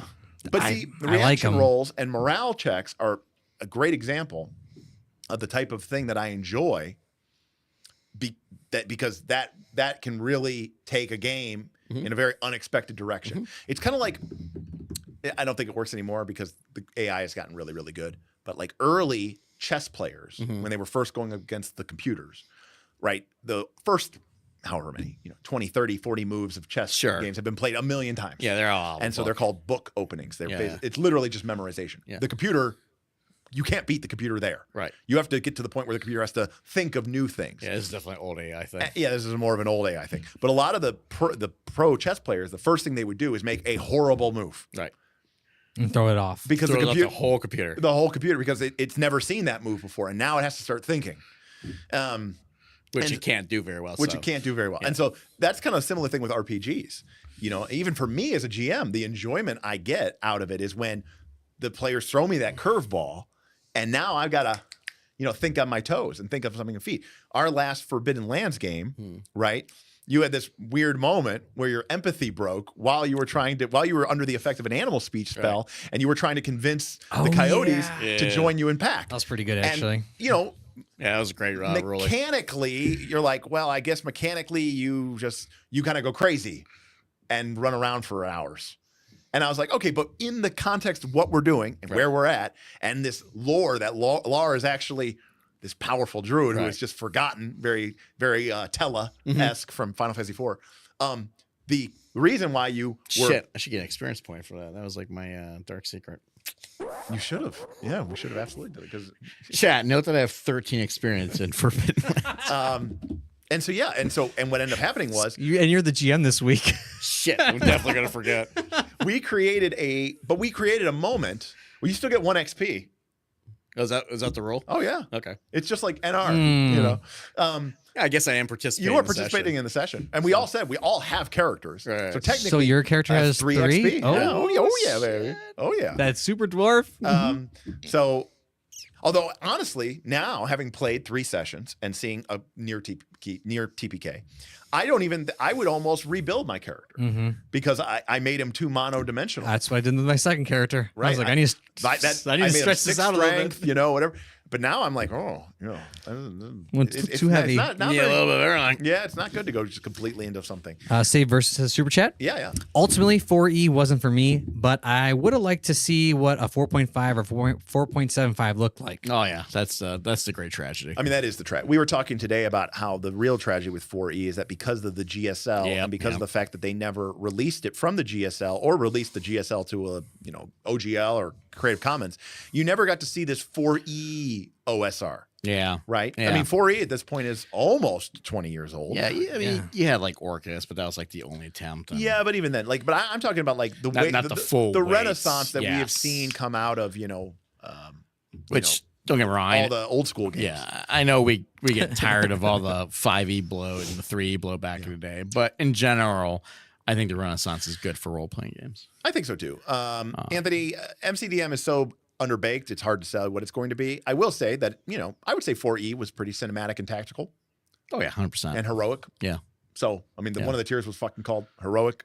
Yeah. Yeah. So I mean, I would think that if it's done right and they put their ducks in the right row, it may not be the same core D&D experience that 4E was, but like in terms of that kind of pulse pounding cinematic tactical action movie kind of feel that 4E oftentimes had. Yeah. No, I can see it working. Yeah. MCDM is kind of weird for me because it's got kind of that zealot following starting to brew where you see the diehards already. We had that one guy in chat who was just like, "This is the game the Knights have to play forever," and it's like, well, okay, buddy, take it easy there. Like, we don't play anything forever, Right? We barely play one thing. We can barely play one thing once. And for me, I'm like, yeah, there's a lot of potential here, and we talked about that at length in the review. But I'm also kind of like, I don't know, it feels slightly unfocused and a little like, where we want to go, right? Yeah. It feels like, I mean, I love you, Vin. It feels like Vin going, oh, I want this in my campaign, and this, and this, and this, and this, and oh, what's that? Oh, that looks cool. I want that now too, right? And it's just like, okay, buddy. I think that MCDM is a game that is more interested in being cool than being a good game. Yep. Does that make sense? That makes 100% sense. Yeah. Yes. Yeah. It's exactly right. Right. And and I feel like that's how the designers are kind of going into it. Yeah, but what's cool? I think there's a lot of games that fall into that bucket though, so I'm not gonna, Yeah, but it might be cool. It might be. Yeah. I had one more thought because I assume we're wrapping up at some point. We're gonna start wrapping up here. We were talking about video games and TTRPGs with whatever D&D is coming out with next, and their push into that VTT 3D space that's basically going to take over what they're doing. I mean, a while back, it's like crossing the line now. It looked a lot like Tailspire. Yeah, basically. Okay. And so, if it just if that just shifts over to that, is it like losing what we just talked about? Like, I'm playing BG3 with my brother and stuff like that because it's cool, but it's not the same as being at the table. Well, I mean, that's really pushing it into like the virtual space. Yeah, is that a video game at that point? This is a good Steven question, honestly. It is a good Steven question. Yeah, which I don't even see. Yeah, why are you not in the chat? Do you think you have better stuff to do than watch us? Probably not. He's probably playing a video game. He does like video games. He does like video games. Yeah, I feel like Hasbro wants to modernize / make D&D marketable, and for what that means for them, it's going to be things like more mobile, more digital, more scale, less sit around table, because like that doesn't. Yeah, I mean, D&D never scaled well. The books never scaled well. Like getting together didn't scale well. There's too many hurdles to it, right? Yep. They're going to be looking at mobile games. They're going to be looking at ease of access with things like, like what Roll20 did, right? They're looking at that. And they're also going to be looking at things like BG3. 100%. Where, hey, can we just keep giving fucking our license to people to make good games? You know what's sweet? Not sweet. I don't know if it's sweet or not. I got to play that D&D one shot just with my cousins and stuff like that over the Christmas break. And so I was like, well, I don't really care because we're just doing a one shot. So just going to roll up the D&D Beyond app and just click one of the pre-gens and it'll give it to me. And all the BG3 ones are in there. And I was like, ooh, I can play as Gale. I'm like, yes, that's so smart. Yeah, that's the marketing so obviously. smart. But I mean, the marketing obviously is very, very good. But I mean, like to your point, yes. I mean, Magic: The Gathering was printed on paper forever. People open packs of cards. Now it's all about Arena. And now it's all about Arena. And by the way, when that happened and the change happened, and you had a lot of people like me and all these real pros, these people who've been playing for a long time, go, "This is the death of Magic," and we weren't wrong. But the it was death of what you were playing. The death of the soul. Yeah, right? Magic's never been better. But from a business perspective, it never been better. Right. Yeah. So I mean, that game has completely jumped the shark. Like I can't speak remotely to the mechanics and competition play. That's Derik's world. But just as like an outside observer, right, who is interested in the game. You don't want the Fallout set? Listen, I love Fallout. And I'm like, what the hell are we doing here? Yeah. Nobody knows. They did everything. Like Dungeons and Dragons, Transformers, Warhammer, Street Fighter 2. Oh, Street Fighter 2. Yeah, they did some weird ones. The next year, the one that they think is going to maybe break. So Lord of the Rings was the biggest selling Magic set of all time. Which at least it was fantasy. Next year might break that. 2025. Final Fantasy. Final Fantasy Magic the Gathering set. Cloud. Legendary. I think it's I don't think it's Final Fantasy 7. I think it's just the whole all thing. Final Fantasies. But now people will be able to play Final Fantasy Commanders. Dang. Yeah, I'll probably buy that. And see, that's what they know. And so, anyways, my point is, they know. Well, listen, okay, you know how I said how something can objectively be good, but you don't have to like it? I think you can like something that's subjectively bad. Sure. Oh, yeah, you could absolutely. So, there are plenty of things that I like. Magic's objectively bad. I'll probably at some point buy a Fallout deck and definitely a Final Fantasy deck. Welcome to the adventure, Doc Flamingo. Glad to have you. That's awesome. We also had a tip come in from our buddy Mike. Mike T says, this isn't because I want to see Derik play BG3. I'm still looking for a Sports Center-like show about the TTRPG bracket. I think it would be hilarious. Well, you know what? I think it would be fun if we did like a reaction review of like Critical Role.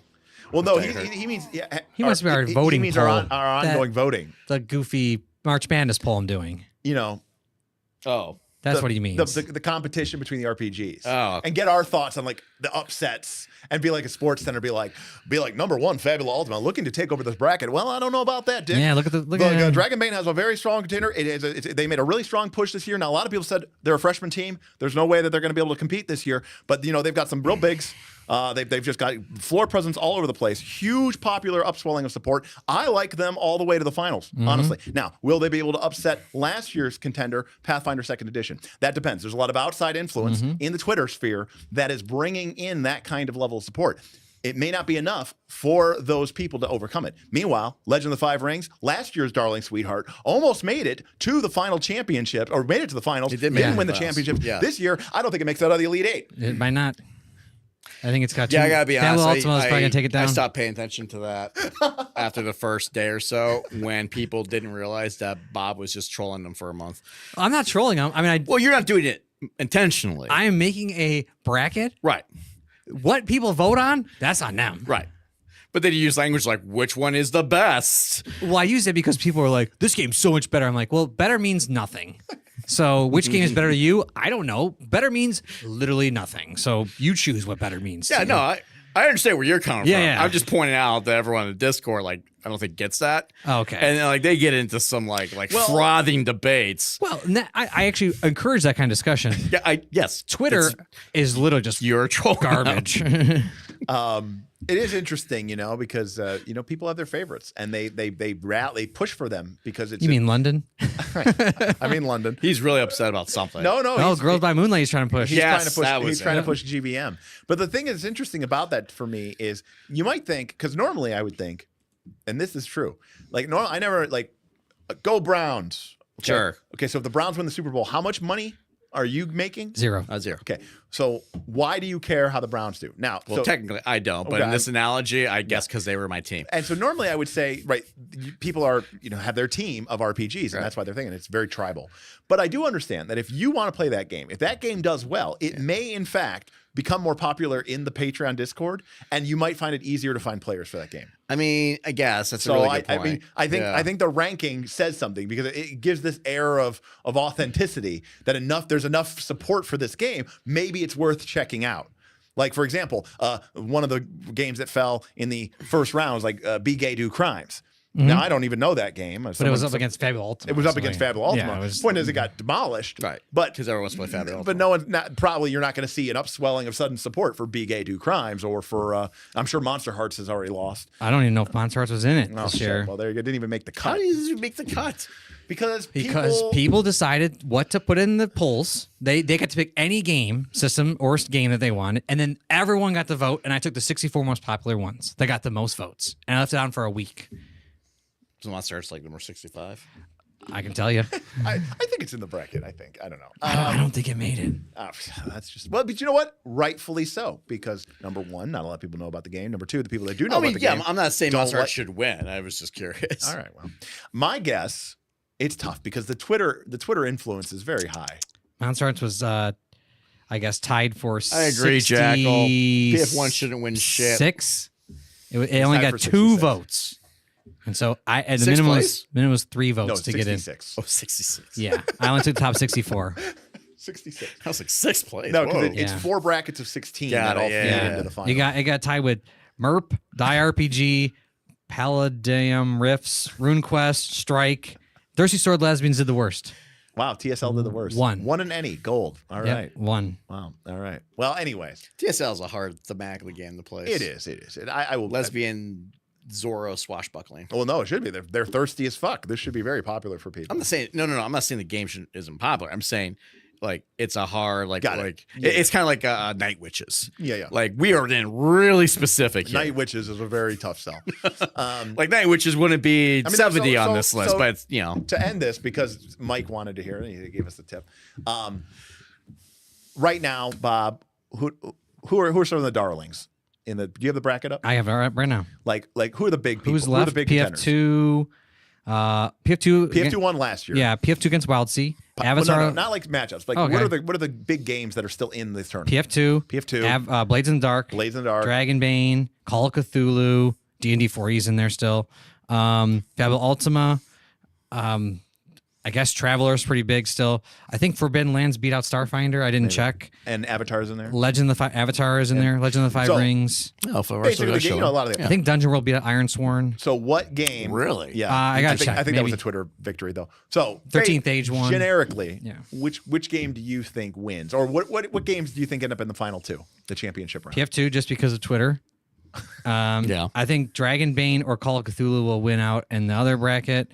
Fable Ultima, I think I think it's going to be Traveler, and then it's just going to cruise because it's got Dungeon Crawl Classics and Against the Dark Master. Oh, so in it its wins. bracket. Yeah, Okay. Fable Ultima's going all the final way. 4 might be Fabula Ultima, And then PF2. Forbidden Lands against Dragonbone. Legend 5 Rings. That could be a tough one. And then 13th Age will probably clean up on the bottom bracket until they get to whatever I it is. suspect FL will beat L5R. Yeah, probably. Simi wants to know where you can find the bracket. You can find it in KOLC content, or do you have a separate post for it, Bob? It's in the I post in the KLC content chat. It's So- usually what I post every time the Bracket updates. bracket updates. Yeah.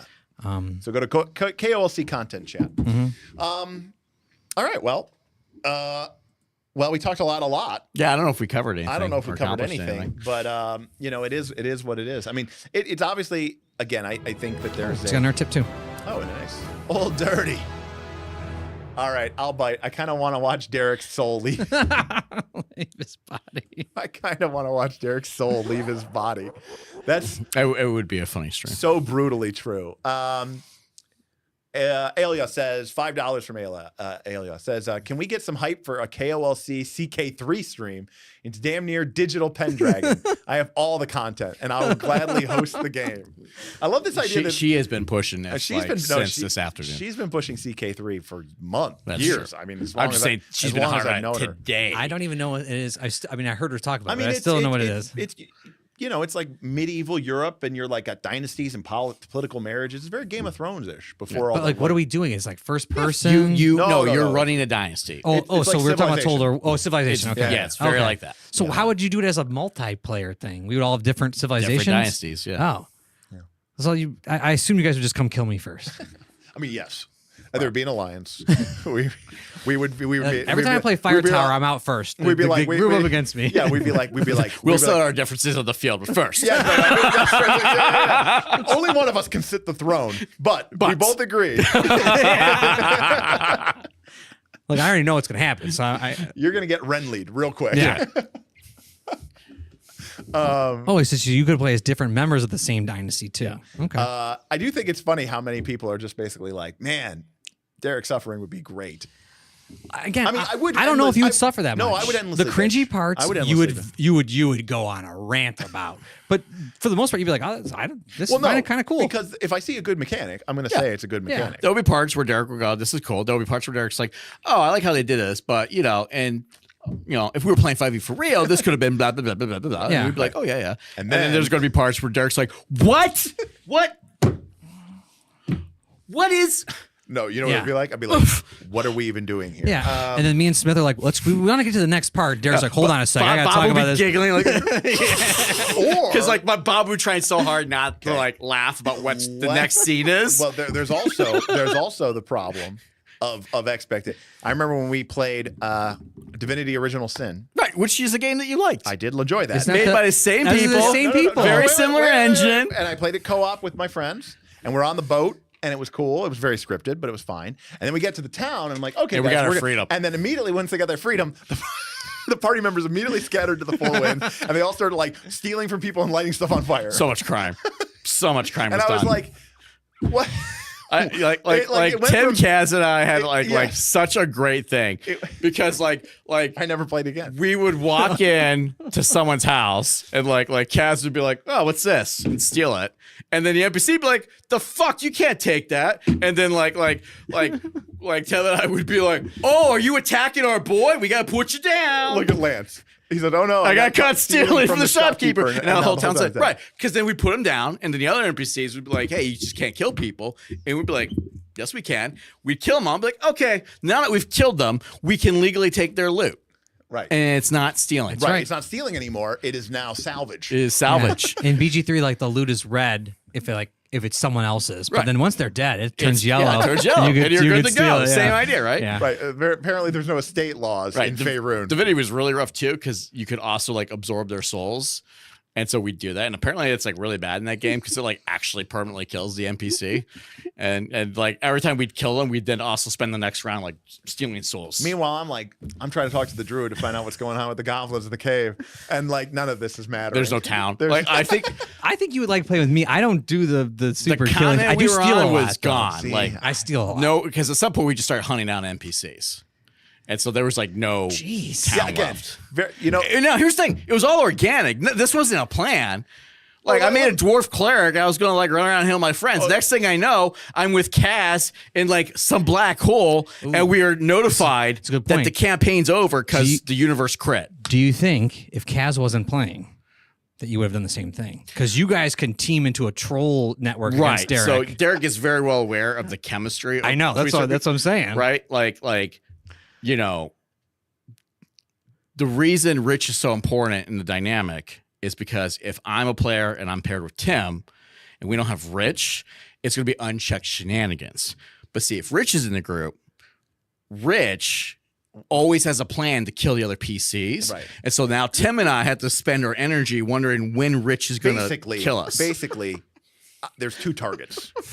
You can't just focus on taking me out. You have to also worry about Rich, But then sometimes, and this scares the hell out of Derek. Yeah. Sometimes like Rich and I will team up. Yeah, and then it's a game over. And we're never like hostile to one another, even when we're actively fighting each other, which has happened in games. Like I understand Rich's position, right? That he has to kill my character. It's logical. Mm-hmm. By the way, Rich sometimes it's deserved. By the way, Rich in the final battle of a campaign did betray to try to kill Aaron. So that this is not like theoretical. Yeah, and it was illogical. I was like respect Rich. So we're always on good terms. But sometimes Rich and I like team up, like Avenger style. And then Derek's like, okay, we got Alex Thornton in chat. What up, Alex? What the fuck? This explains so much. That checks out. It really does check out. Right. So that's the thing. So yeah, Derek, if we do this 3E game, Derek, I don't know, man, he's gonna have some thinking because you're gonna get Kaz, Rich, Tim, and me in that group. This will be way too precious a gift for you to want to squander on shenanigans. Sure, but for how long? Long enough. Like, yeah, I'll give you a level 7, but what about after level 7? That's true. Right. And then the thing about George is you just never know. You never know. But Mike says Dragonbane beat out Avatar Legends to get into the finals. No, it's still going on, Mike. But I think Dragonbane's going to win because like that's the Discord sweetheart. I think Dragonbane will beat Avatar Legends. People are actively Avatar playing. Legend has to get past Blades in the Dark, and then it has to get past Pathfinder 2. Then so Avatar's even getting up Avatar's there. Dragonbane's in the bracket with Pathfinder 1, D&D 4, and Call of Cthulhu. Yeah, Dragonbane could win that, or Call of I think Cthulhu. Dragonbane wins it. Then who does Dragonbane have to beat to get to the finals? Probably Pathfinder 2. Wait, That's- Dragonbane okay. has to go against PF2. Call of Cthulhu? Yes. Yes. Well, on Well, it Twitter, could, depending Twitter, on- that's going to be hard. Yeah. Yeah. It'll be interesting to see. Now, no one follows us on Twitter, so it has a I shot. get like, if it's a PF2 post, Sure. I get like 30 to 40 To votes. be fair, Bob does tag that game and that company whenever he does. Every post. single cool. one, That's which is great. funny when I put the So in Fabio theory, Ultimate. if you're following Free League Yeah. or Chaosium, you are getting seen that. that. You are getting that tag. That's a great point. It just shows you the kind of Yeah, when I did the Fabio Ultimate one, I think Emmanuel started following, and then I don't know if he did or did not.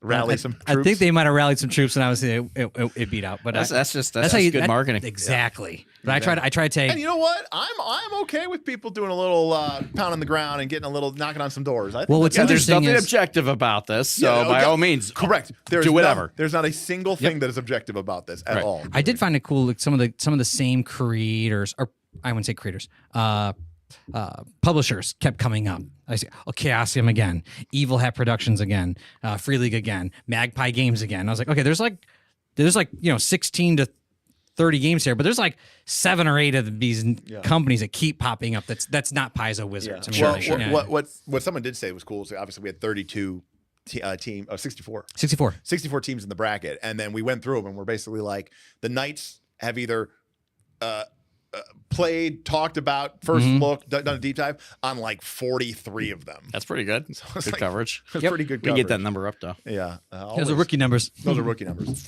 What was it? The funny one was that Lancer versus Burning Wheel, or was it Lancer versus Blades in the Dark? Someone was joking about one of them about being ridiculous or It's something. interesting. Blades in the Dark versus Avatar. I'm curious to see what it is. I mean, that for one goes me, up tomorrow. I believe Dragonbane can make it to the final. I think Dragonbane can beat PF2.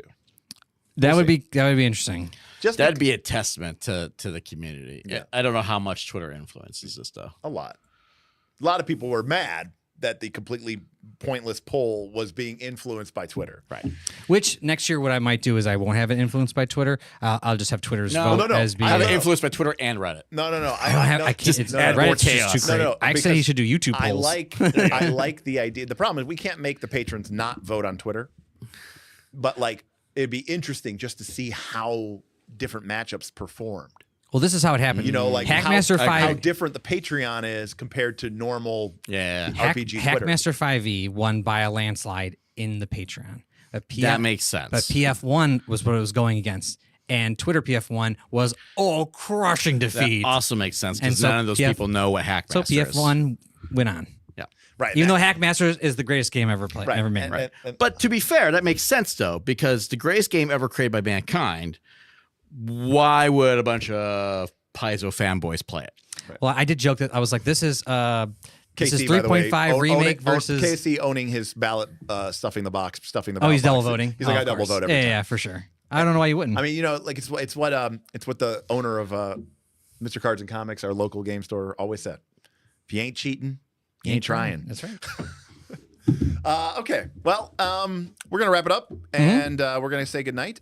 Thank you, everybody. We had a ton of people come out tonight, throw tips and chats and supports, and you know, again, we'll leave this tip goal up for a little bit. Of course, we're not gonna have a stream Thursday officially. I'm gonna hop on from Vegas and hang out with everybody for a little bit and see what's going on at some point during the course. Usually Thursday, sometimes Saturday. Depends on what my schedule is while I'm there and when our dinner reservations are. But we'll be back next week, and like I said, we're only going to have another maybe 1 or 2 studio shows. Yeah, that's about it. And then we're going to have to shut it down, and we're going to again, we'll probably do a deconstruction Oh yeah, you know, yeah. behind the scenes, but like it'll be just for the patrons. But there is going to be a period of time where while we're figuring out what things are going on, we're not going to have a studio and we're not going to be set up in a new place. So there might be a period of time where we have Tuesdays free. Right. And that's where an opportunity comes in. If you maybe want to see some different content from us, or if you want to see us do some of the stuff, you know, let us know on the Patreon. Let us know in the comments below, and you know, we'll leave these tip goals up, and maybe we can get some motion in the ocean, and we can try something else. Or you know, you could say no, Derek. We'd rather Please give us our Tuesdays back and don't stream anything. Yeah, please give us. Yeah, we'd rather you not do anything. That works too. So thank you, Bob. Yes. Thank you, Smith. Of course. Thank you to all of you, and we'll see you next time on Nights of Last Call. Good night.